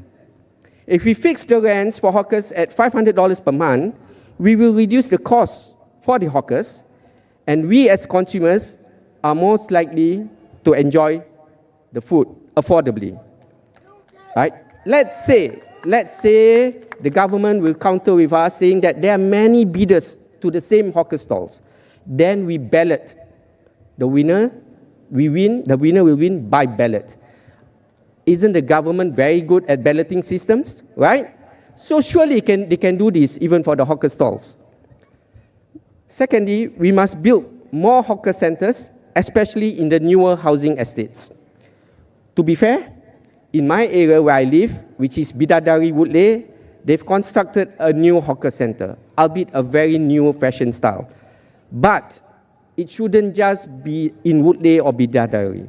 It should be all the new estates and also some at the older estates. Because at the root of it, if we lower rents to the hawkers, it may help drive down rents at the private coffee shops, privately owned coffee shops and food courts, because now there's a ripple effect. Hawker center prices go down, the food courts, privately owned, and the coffee shops cannot remain high. Overall, with this ripple effect, it may help to reduce overall prices for us Singaporeans. PSC has also proposed that guidelines should be set for annual rent increases for commercial properties. Okay? And this will help cap the rent increases on a yearly basis so that we can calibrate the rent increases year on year. My fellow Singaporeans, this is the most important message I would like to share with you. We should not pretend, the government should not pretend that they are a passive bystander in our cost of living crisis. When you go to the ballot box on the 3rd of May, think of the price of the plate of chicken rice that you wish to pay.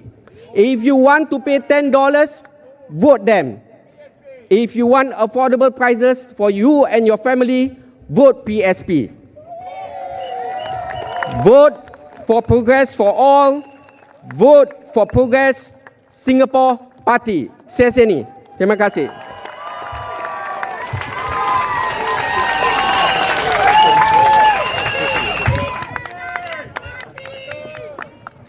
Thank you. Our next speaker, who's up next, he's the CEO of a regional risk consulting firm and held leadership positions over various MNCs, also served as the management committee of NUS Society. Please welcome our candidate for Marymount SMC, Jeffrey Khoo.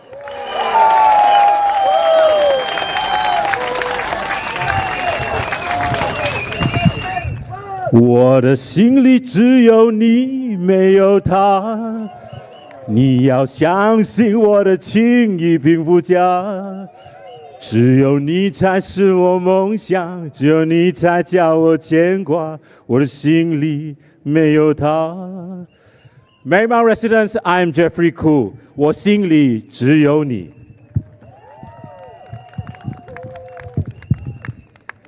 I'm so glad that our very first rally, our very first PSP rally, is here in Marymount. Marymount residents have a very special place in our hearts, in my heart.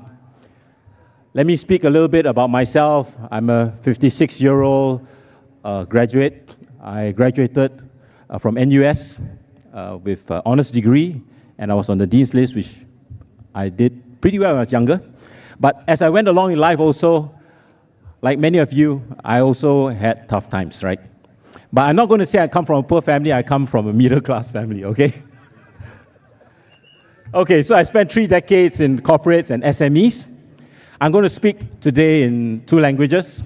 I'm going to start mainly with English, and then after that, I'll go with Mandarin, right?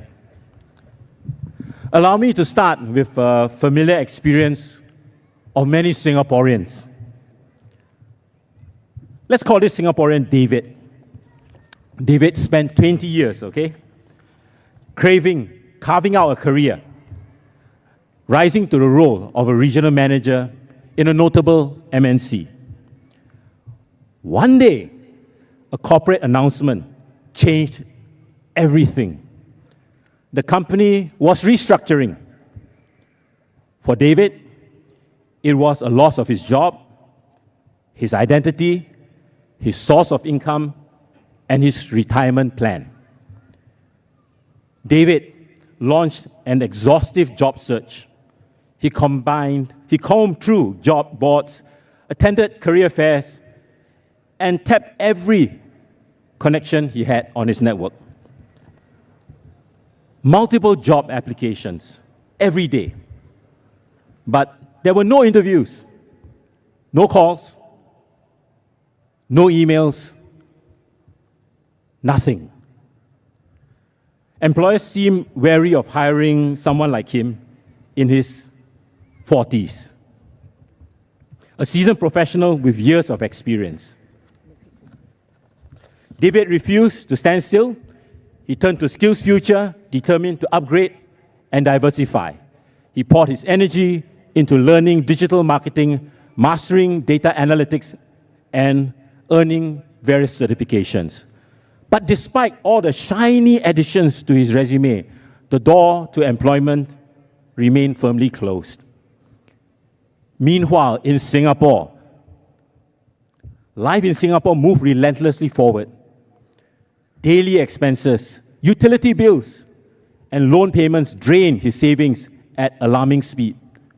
With both children to raise and parents to upkeep, the savings he had kept over these years was burning at both ends. Every morning, David would sit at his kitchen table with his laptop, a man searching for hope and answers. Nights were especially difficult as he lay awake, questioning his worth and battling the fear of failure. Yet, despite the hardship, David pressed on for his family, for the belief that change will come.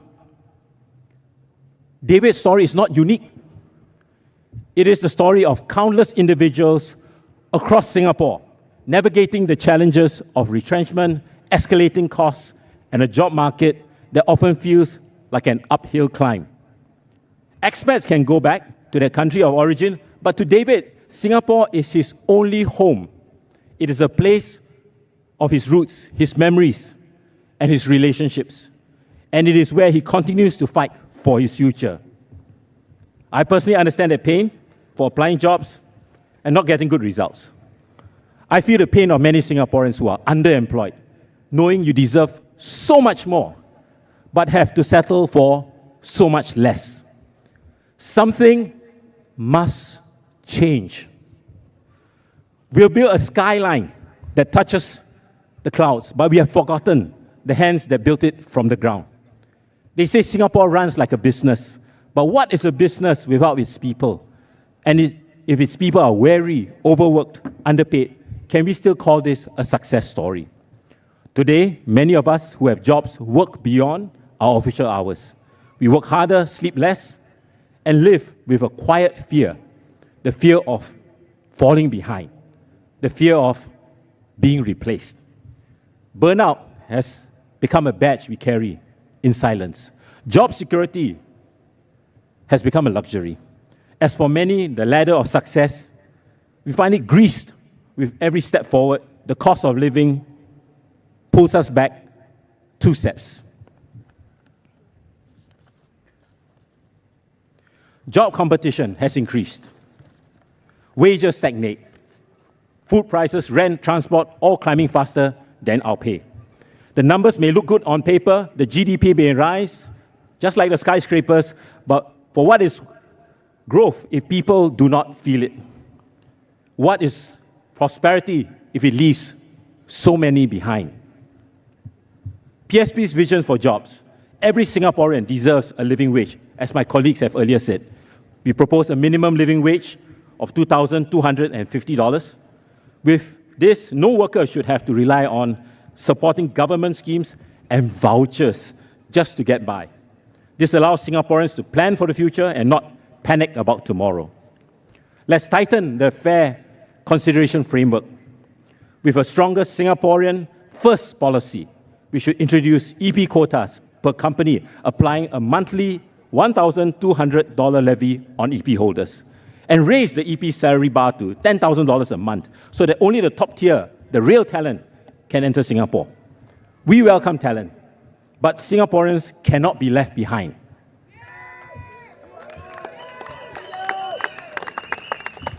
We should strive for a 40-hour week and not 44. 14 days minimum leave, up from the 7.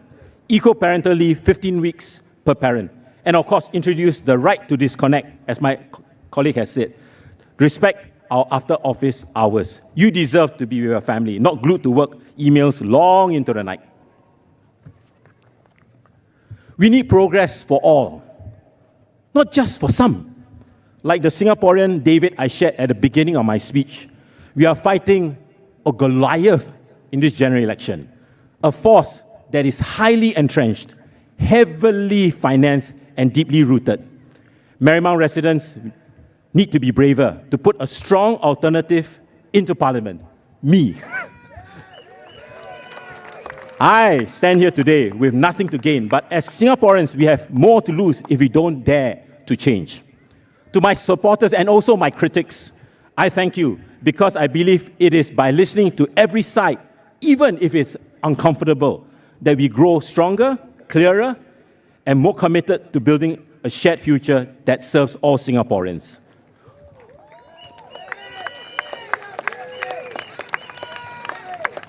On the ground, I will listen to you. And hopefully in Parliament, if I get there, I will speak for you. All I ask is for a chance to serve you. The future is in the palm of your hands. Thank you.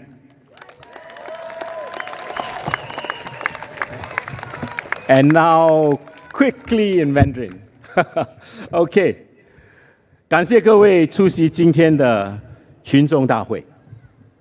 我们在国家的关键时刻聚集一堂，生活成本已成为许多新加坡人关注的问题。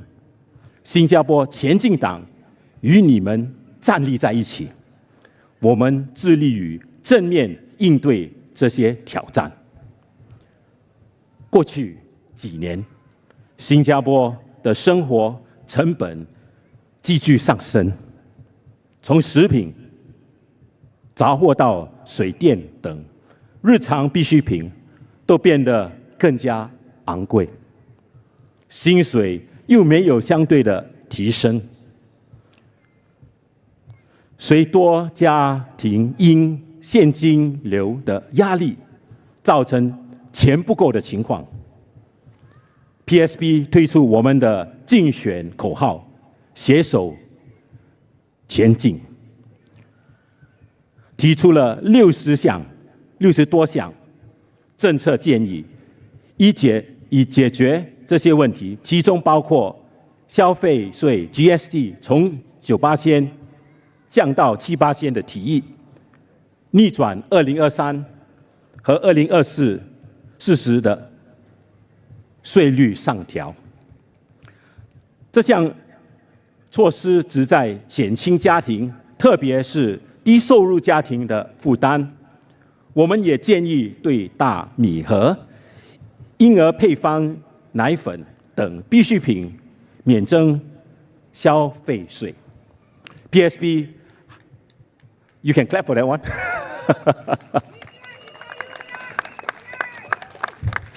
PSP 还建议加强社会安全网，以确保弱势群体在困难时期能够获得足够的支持。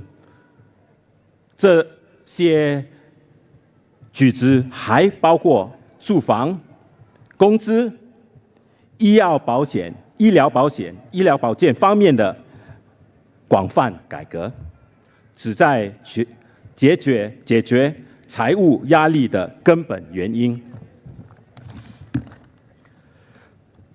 我们的政策建议体现了对公平和同情的承诺，通过优势考虑补通新加坡人的需求，我们只在建立一个共享进步的社会，让每个人都能有尊严的生活，让我们携手应对生活成本问题。马利蒙需要一个没有受到党鞭约束或上级压抑的候选人，为人民发声。我可以做马利蒙居民的声音，在国会为居民争取最高的福利。3月3日当天，您的一票是神圣的。我邱保中，前进党，诚恳的希望能得到您的一票支持。谢谢你们。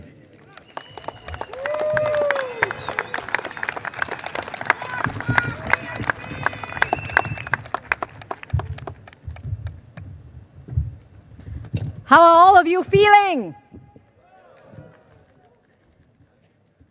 For the next speaker, she graduated first class in mathematics from Cambridge and in Parliament has fought tirelessly as an NCMP, raising tough questions on housing, cost of living, education, governance. The list goes on. Please welcome Hazel Bois.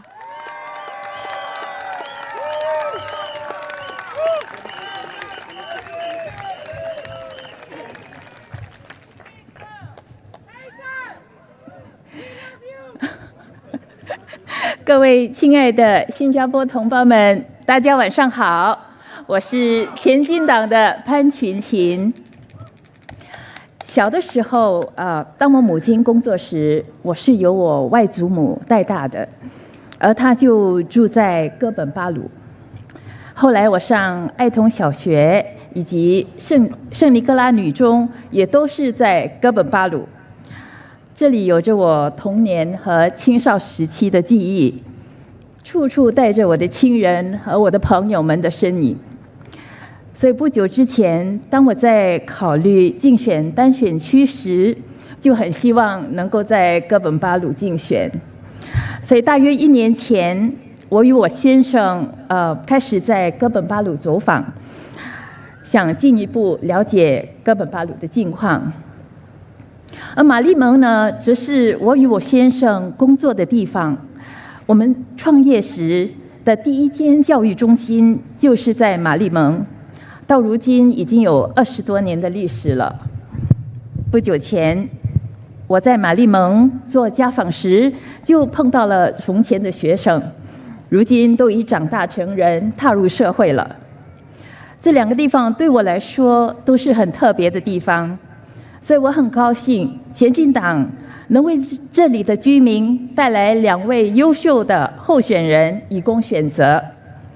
虽然我这么形容自己的先生有点厚颜，请大家多多包涵。我也不再多说了，一会儿就由梁文辉进一步介绍2位候选人。接下来我将以英语发言。Dear Singaporeans, good evening. I'm Hazel Bois from PSP.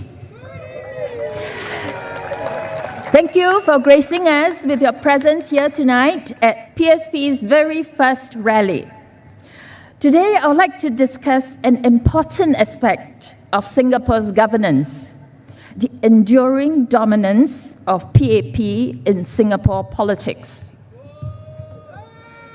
PAP has been governing Singapore for 66 years. Many of us have never experienced a Singapore that was not governed by the PAP. Myself, for example, when I was born, PAP was already the ruling party. As I grew up, I witnessed the economic transformation of Singapore. Our public housing program also brought great changes to our social landscape. Many people's lives got better, but there were also chilling moments in my youth that brought fear. Some Singaporeans were arrested without trial. Adults around me told me not to get involved in politics. Opposition representation was non-existent when I was a child and was very small even by the time I entered politics.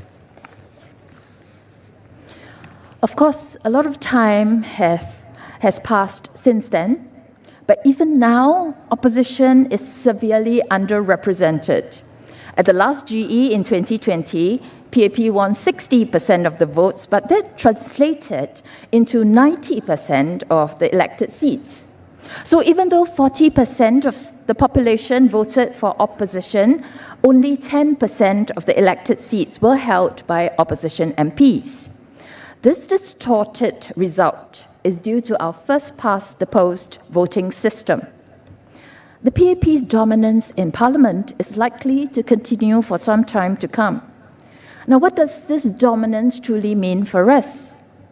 On the positive side, it ensures continuity in our policies and fosters stability. On the negative side, it allows the ruling party to put and keep in place rules that create an unlevel playing field and hinder fair political competition. Singaporeans, we take pride in meritocracy. But meritocracy can only exist where there is fair competition. Only when competition is fair can the best person win, rather than the person who has the best connections or the person who has the most money or any other advantage not related to ability. Do we have fair competition in Singapore? What do you think? Yes or no? Let's take a look at one example, the review of electoral boundaries.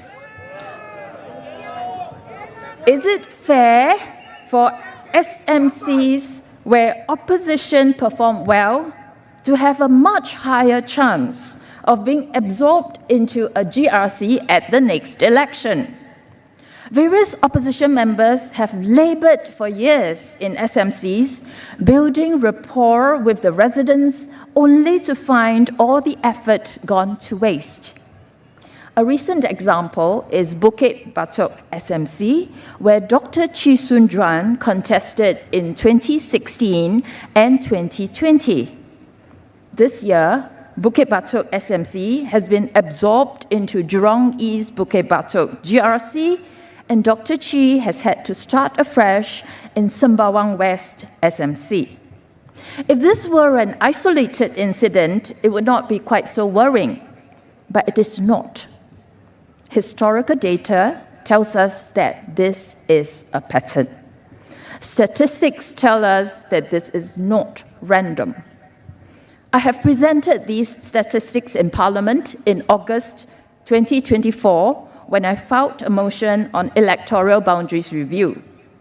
During the electoral boundaries review debate, when the leader of the opposition, Pritam Singh, asked Minister Chan Chun Sing directly in Parliament whether there is gerrymandering in Singapore, the minister did not reply directly. He did not state categorically that there is no gerrymandering. He merely described for us again the existing process of reviewing boundaries. What does that tell you when the minister is unable to declare in Parliament that there is no gerrymandering in Singapore? So the question facing us is, has decades of PAP dominance affected the independence of the EBRC? And what about other important institutions? Democracy works on the basis of division of power and a system of checks and balances. Part of the system is the independence of various key institutions, the public service, the judiciary, key appointments like the Attorney General, Accountant General, Auditor General, the President, etc. The media and the union should also be independent in order to perform their roles wholeheartedly. If the independence of key institutions and appointments are compromised, our democracy is compromised. A pervasive interconnectedness also limits the space for individuals to be independent-minded. Take another example. Nominated members of parliament are supposed to be non-partisan. Their existence in parliament was justified on the basis of bringing non-partisan views into parliament. However, the recent resignations by 2 NMPs in the middle of their terms have thrown doubts on this. One is running as a PAP candidate, and another originally applied to join the PAP, but later decided against running, probably due to the public outcry. PAP's political dominance has also given them the ability to change the constitution whenever they want and however they want. To change the constitution, we need the approval of at least 2/3 of the MPs, or 67%. PAP representation in parliament exceeds that threshold easily. This has enabled them to change the criteria for the elected president and reserved the presidential election 2017 for Malay candidates only. And our poor chairman got his name changed by some netizens. Instead of Dr. Tan Cheng Bock, they call him Dr. Tan Cheng Blocked. In the 2011 presidential election, Dr. Tan Cheng Bock lost narrowly to Dr. Tony Tan. In the 2017 presidential election, he was blocked from contesting due to changes in the criteria. In the 2020 general elections, Dr. Tan Cheng Bock, together with 4 other team members, Man Wai, Jeffrey, who is our candidate for Marymount, Logan and myself, narrowly lost in West Coast GRC. But today, he is here to fight again. We are here to fight again. This is the spirit that he has passed on to PSP. You may knock us with your might, but we will get up and fight again.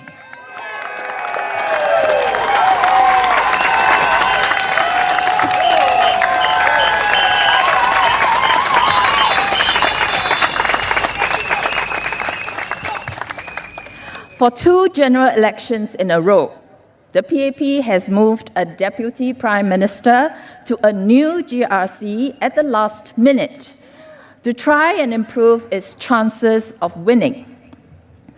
Is the GRC system meant to just ensure multiracial politics? Or does it also help to entrench the PAP's dominance? PAP's dominance is especially worrying when it is accompanied by falling standards. Many Singaporeans have observed that the current PAP is different from the old PAP. My colleague Man Wai will talk more about this later.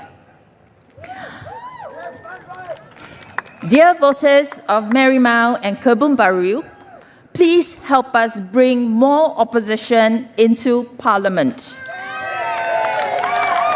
to check on the PAP government, to bring more Singaporean voices into Parliament, and to bring up alternative viewpoints. More ideas and more perspectives are needed, especially in uncertain times. PAP MPs cannot take a position that is different from their party position, but our candidates can if they are elected into Parliament. Our PSP candidates will stand up for you if it is in your best interest. They can represent you and bring your voices into Parliament even when your views are different from the establishment's. Vote for PSP. Thank you.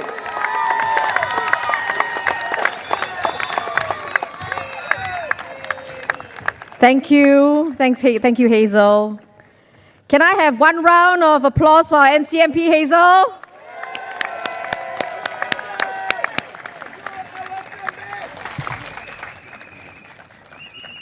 Our next speaker, He's been relentless, just relentless. I don't know what other term to use. As an NCMP, questioned the government on everything. Cost of living, jobs, wages, housing, and even national reserves. Frankly, the list is never ending. The most tenacious person we know. Please welcome Leong Man Wai.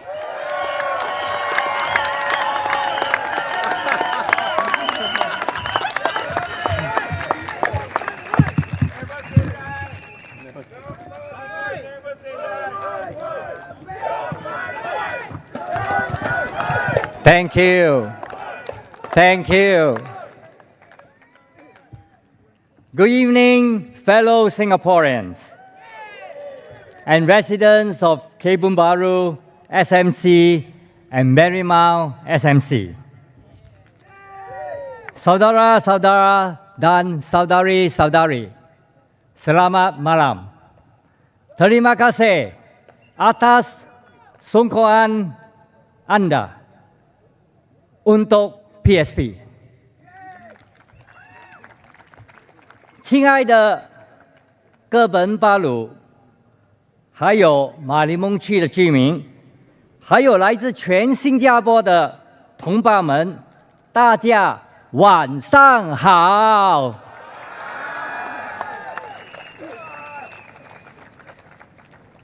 I'm overwhelmed by the emotions to be able to stand here today to speak to all of you.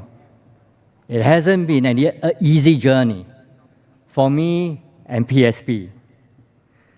But I have all of you, many of you, to cheer me on over the last 5 years. Thank you.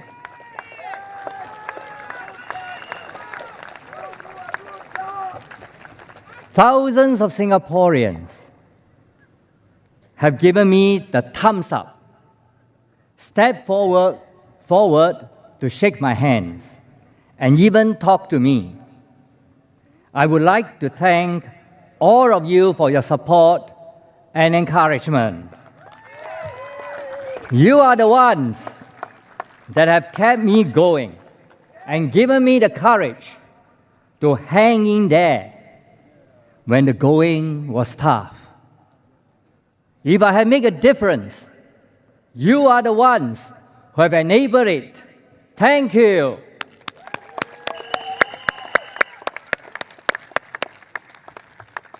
Today, I'd like to tell you what I've learned from my almost 5 years in Parliament. My time in Parliament has convinced me that the 4G PAP has really lost its way. The more I debate the government, the 4G PAP government, the more I realize that it is not the government, not the grade A government that we used to know.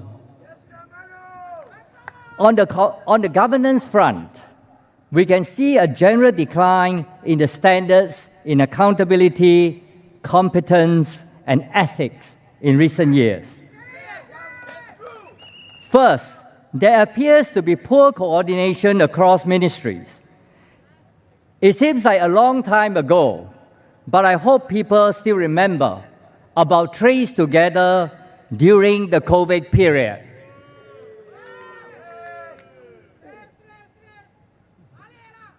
In June 2020, SM Teo Chee Hean and Dr. Vivian Balakrishnan told Singaporeans that Trace Together data would be used for contact tracing only. But in February 2021, Dr. Balakrishnan told Parliament that the police has used the data once. And he already knew this around October 2020, but he didn't tell Singaporeans. The Trace Together episode raises serious questions about the coordination between ministries today. At the start, the government acted in its typical fashion. Trust us, don't worry, everything is okay. Please just use the Trace Together. Everything will be okay. Then they found out that they made a mistake. But for many months, they kept quiet about the mistake.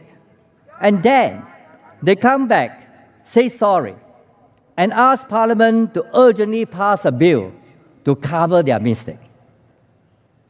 In the end, no political office holder took responsibility.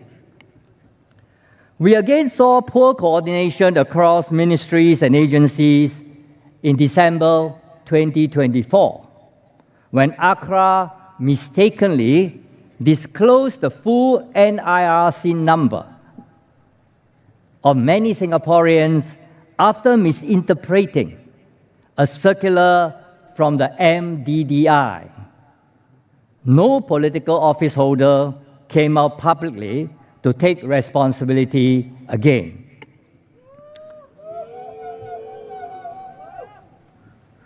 The competence of certain government agencies and government-linked companies also become questionable. One of them is LTA. LTA has had a series of missteps in the past few years. For example, in January 2024, the LTA announced they was going to push the full adoption of the Simply Go system. But many Singaporeans were unhappy because Simply Go cards cannot display cards balances and deducted fares at MRT gantries and the bus card readers. A few weeks later, LTA had to backtrack and postpone these plans for full adoption. The competence of the LTA and SMRT was called into further question when the East-West MRT line broke down for 6 days in a row in September 2024, which affected millions of commuters. The long breakdown was due to a faulty train component, which caused damage to the tracks between Jurong East and Buona Vista stations. It exposed the fact that the East-West line is the only MRT access for the west to the other parts of Singapore.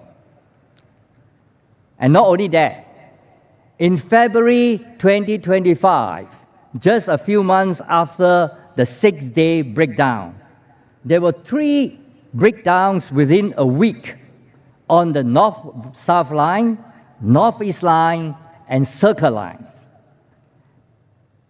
As the MRT system is the key public transport mode for Singaporeans, there is much expectation that LTA and SMRT should do better than this. The problem of our MRT system actually started around 2011. Then Transport Minister Lui Tak Yew had called for a committee of inquiry after a twin MRT disruption in December 2011, which affected 200,000 commuters compared to the few millions in the breakdown in September 2024. After the breakdowns in 2024 and this year, I asked Minister Chee Hon Tat whether we should convene a similar committee of inquiry.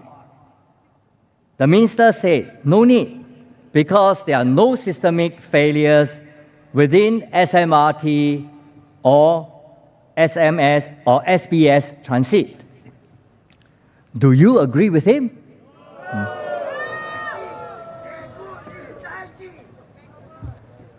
As compared to the previous generations of PAP leaders, there's less and less accountability. by the 4G leaders on how decisions are taken and who are responsible. The best example is the recent Income Alliance deal, which I debated with the government intensively in Parliament. We almost sold income insurance to Allianz, and they plan to execute a $1.85 billion capital reduction after the purchase. In simple terms, buy first, take out $1.85 billion from inside, and give back to the shareholders, including Allianz. I would call that asset stripping. More importantly, this $1.85 billion was part of the capital left behind in income insurance to fulfill its social mission. The government had come out in October 2024 to reject the deal. And during the debate, we were told that apparently the NTUC Central Committee didn't know about the capital reduction plan at all. But the NTUC Secretary General, Mr. Ng Chee Meng, is on both the Central Committee of NTUC and also the board of NTUC Enterprise, which is the parent company of Income Insurance, which make the decision to sell Income to Allianz. So Mr. Ng Chee Meng should have known about the capital reduction.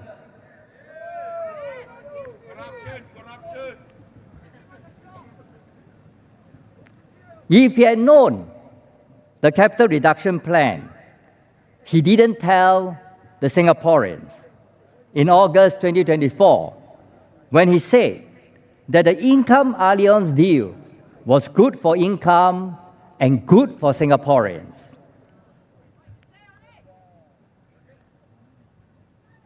There also seems to be a lowering of standards under this government. For example, why did PM Lee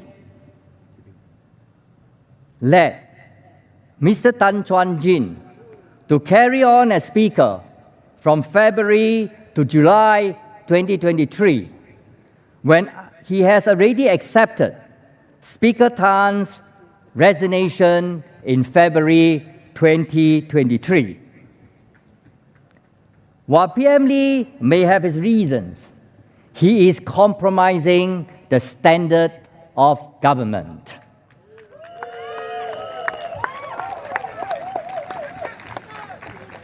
The Rida Road saga is another troubling example. As the saying goes, people in high office must not only be doing the right things, they must be seen to be doing the right things. While there may be nothing wrong legally about Minister Shanmugam and Minister Vivian Balakrishnan renting their black and white bungalows from the government, it would be better if they do not do that. They should not place themselves in a position where they could be questioned by the public, even though there may be no special favors granted to them.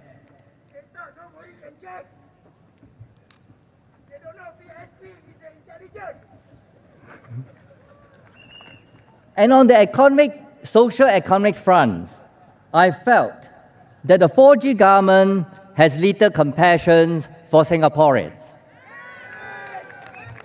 PSP stands for compassion.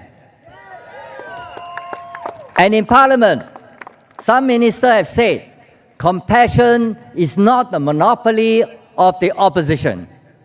But I can show you a lot of examples why the PAP government, in terms of social economic policies, have shown little compassion to Singaporeans. A very good example is when this government pushed through the GST hike in Budget 2022, even though it was clear that world inflation was spiking up, and Singaporeans have hardly regained their footing after COVID. PSP proposed that the GST hike in 2022,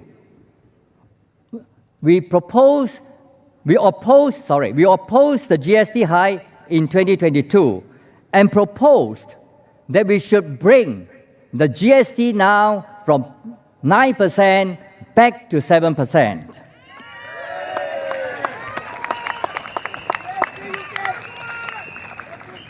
The government also took the opportunity of the GST hike to increase property tax in the name of wealth tax, when most of the burden of the tax has fallen on middle-class Singaporeans, especially retirees.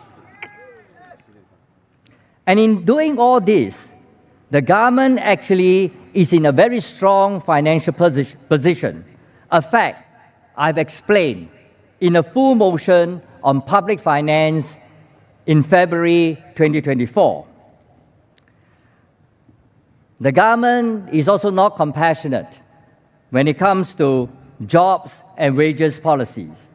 The government must put more focus on preserving jobs for Singaporeans. When anyone loses their job and cannot find a comparable one quickly, they could face many financial and family problems. Jobs are the foundation of human dignity. Let me wrap up by saying a few words in Cantonese.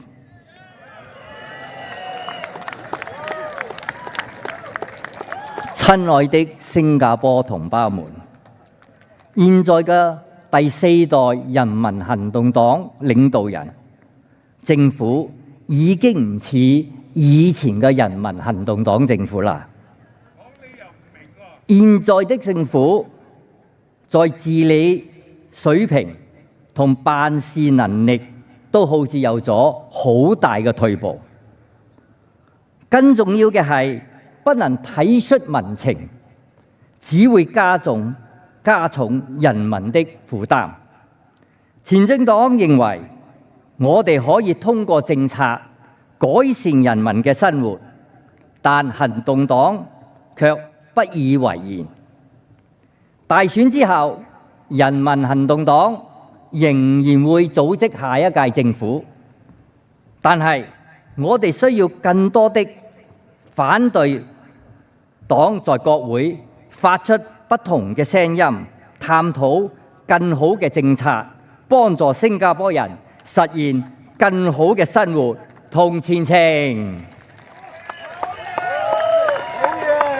如果你認為前進黨能為你貢獻一份力量，請多多支持前進黨，請投前進黨一票。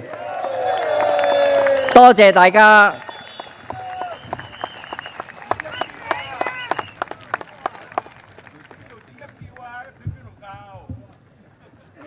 I'm sure the debate could go on and on in Cantonese, but it's still a rally. We keep time. Can we have one round of applause more for Leong Man Wai?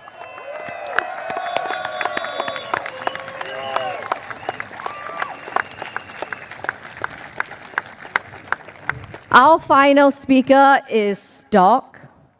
He was a humble doctor serving families in the Ama Keng village of Lim Chu Kang.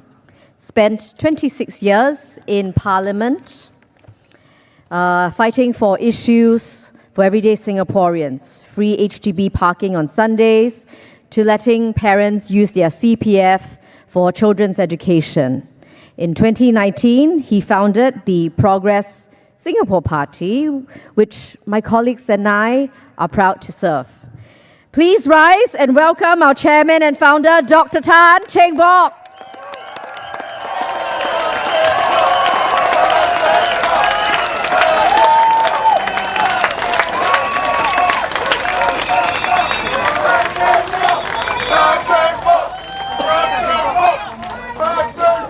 Yeah.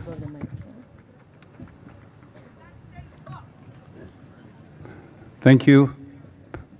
Stella, thank you very much. You have heard my candidates here for this coming general election. You can see the quality of the opposition that's going to Parliament. Now, tonight I'll speak in English. I can't speak Cantonese, though my wife is a Cantonese, and my Hokkien is gangster Hokkien, so I better not use Hokkien.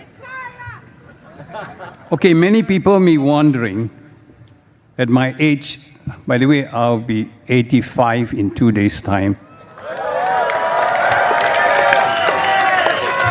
that I should be here, standing here, and asking you to vote for a party I established in 2019. Now, I think we have a responsibility, because if we know something is not correct, I cannot just walk away. So I told my men, if you see something is wrong, you got to fix it. And I cannot leave this world without doing things I think it is wrong. And I worry for our grandchildren and our children. So that is why I set up this political party to see how best we can correct some of the things that are not proper in this government. I set up this party is because I honestly feel the PAP has lost its way. I was there for 26 years. It sounds strange that I should leave a party that I held for 26 years. But I feel that the PAP has definitely lost its way. Now, the PAP is not the same as the time when I was a member of parliament in 1980. We had a group of PAP assemblymen, we call them, and they were very articulate. They really spoke for the people. We have Lawrence here. I don't know whether you understand. You all remember. We have Encarting. We have Eric Chong. Now, we challenged the government of the day then, although we were in the PAP. That is what I always believe. The members of parliament who go into parliament must do that and not just toe the line.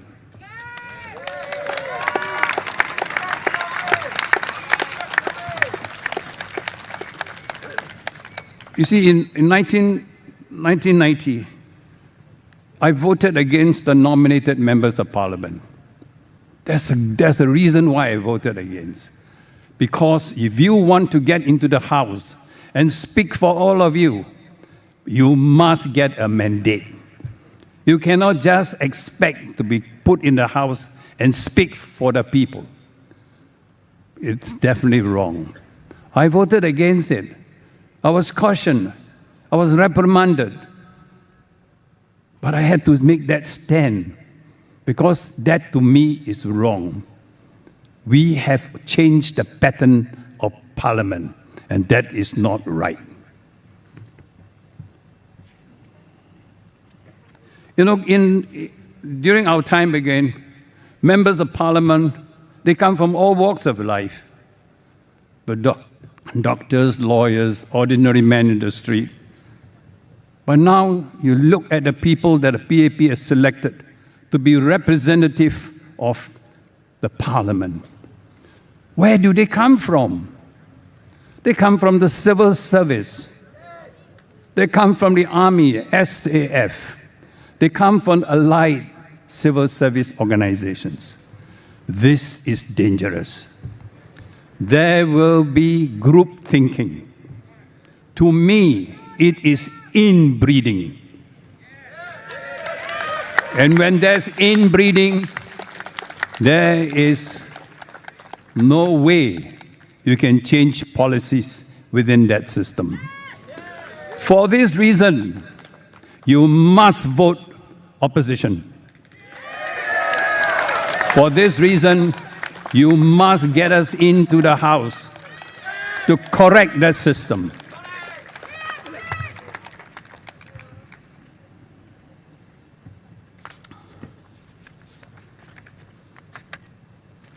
Now, Manwai has spoken about NTUC, which is something I always thought was wrong in the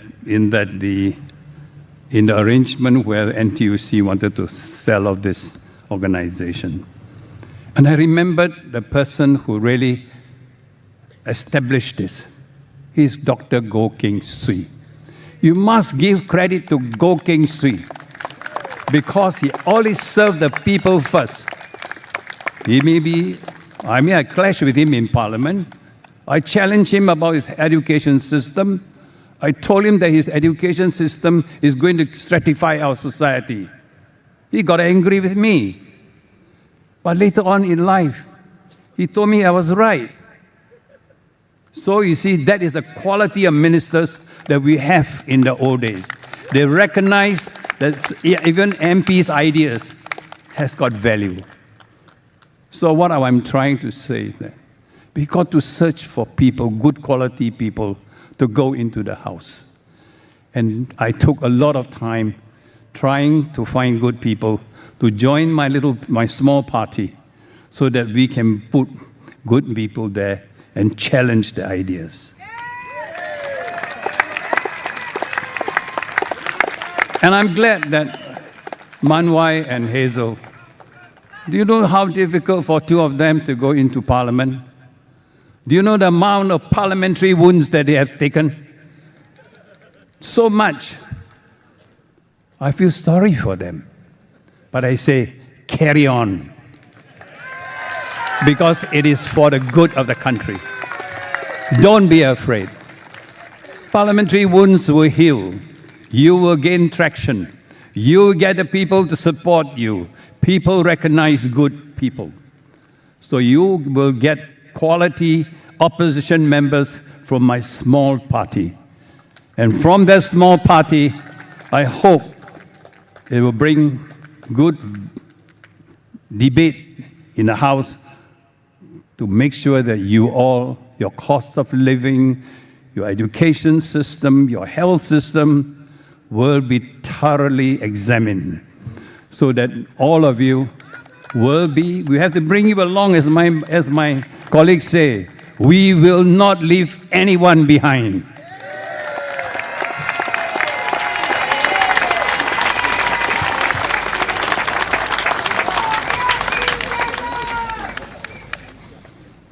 Now, they have asked a lot of questions and debated the PAP on many things. Let me just go over it because I think these are important issues you've got to fully understand that's going to affect you in the future. Your foreign worker policy, your cost of living, your HDB flats, your prices, MRT breakdowns, PSLE, corruption cases. All these Manwai and Hazel have debated in the House. And they will continue to do it if they get elected. And with a stronger mandate. You must add value to your vote for them. You know, these two of them, they gave all the salaries to us because our party is poor. They didn't take a cent. That is the quality of the people whom PSP will send to the House. And I think money is something which I always very, very concerned. One of the reasons why I left the PAP is when I find that everything we talk about is money. I think that is not correct because I think let us look at the concern of the people. And I'm sure when we get into the House, Parliament is going to be different. And we'll join force with Workers' Party and all those who are elected to make sure that the issues concern you people will get the attention of the government. Why? Because we hear you. I don't know whether they hear you or not. And this, we cannot take for granted. So I always ask my men, when you go round these flats, please take note of what are their concerns, no matter how small. You have heard some, I actually wanted to introduce some of my members here, but I think you should, you have heard them. There's Lecky. Yeah. Now I'm talking about my West Coast team. There's Abbas. Where? Yeah. Nala. And Harish.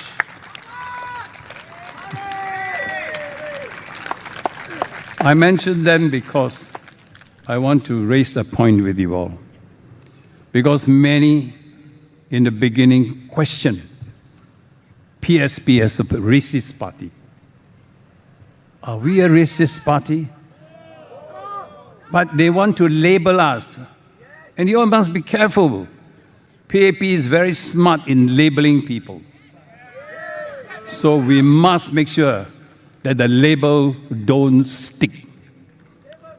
We will have to tell them that PSP is not a racist party. PAP stands for what? For national issues. To bring to the Parliament all the national issues of importance. And for the last 5 years, we have not shied away from questioning the government on sensitive issues like CCAR and the CMIO policy. Now, on the surface, these look very no racial elements. Because of that, some of them may be deterred from speaking up on these subjects. But PSP believes that issues like CCAR and CMIO affect the well-being and livelihood of every Singaporean. That is why we have been fearless in asking questions on these issues in Parliament. I don't know what time. Okay, give me just a few seconds. Let me wrap it up. Then that I know time is, I think it's about time. Thank you so much. Now, way back in 1985, which seems quite a long time, but I was there from 1980. I said, running a country is not, oh, I've got a time here. Stop, time is up. But I think I should steal a little few minutes. I said running a country is not running like a company. We cannot sack our people if they are less effective. Our responsibilities go beyond that. We must help them. So with that note, I thank you all for coming, and I'm sure over this couple of days, we will be having rallies. We will go around, and we want to convince Singaporeans that PSP, small but effective. Thank you.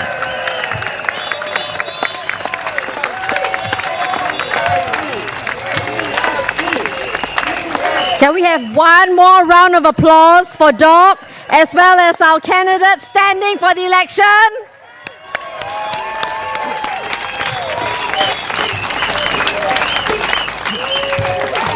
Thank you all for being here. Tonight was more than a rally.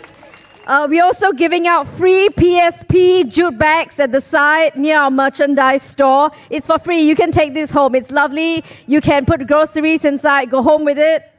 We hope today has given you something to hope for, vote for. Do you want to hear more from them this week? If yes, please go down to our Chua Chu Kang rally this Saturday evening. We hope to see you there. Take care, everybody. Have a good night.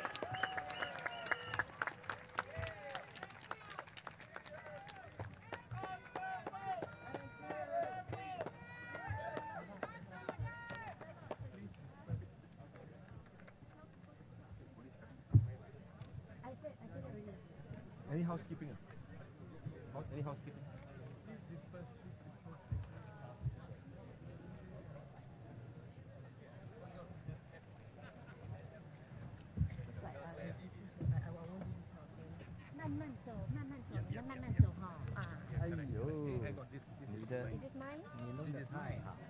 Very good, she did very good. Very good job.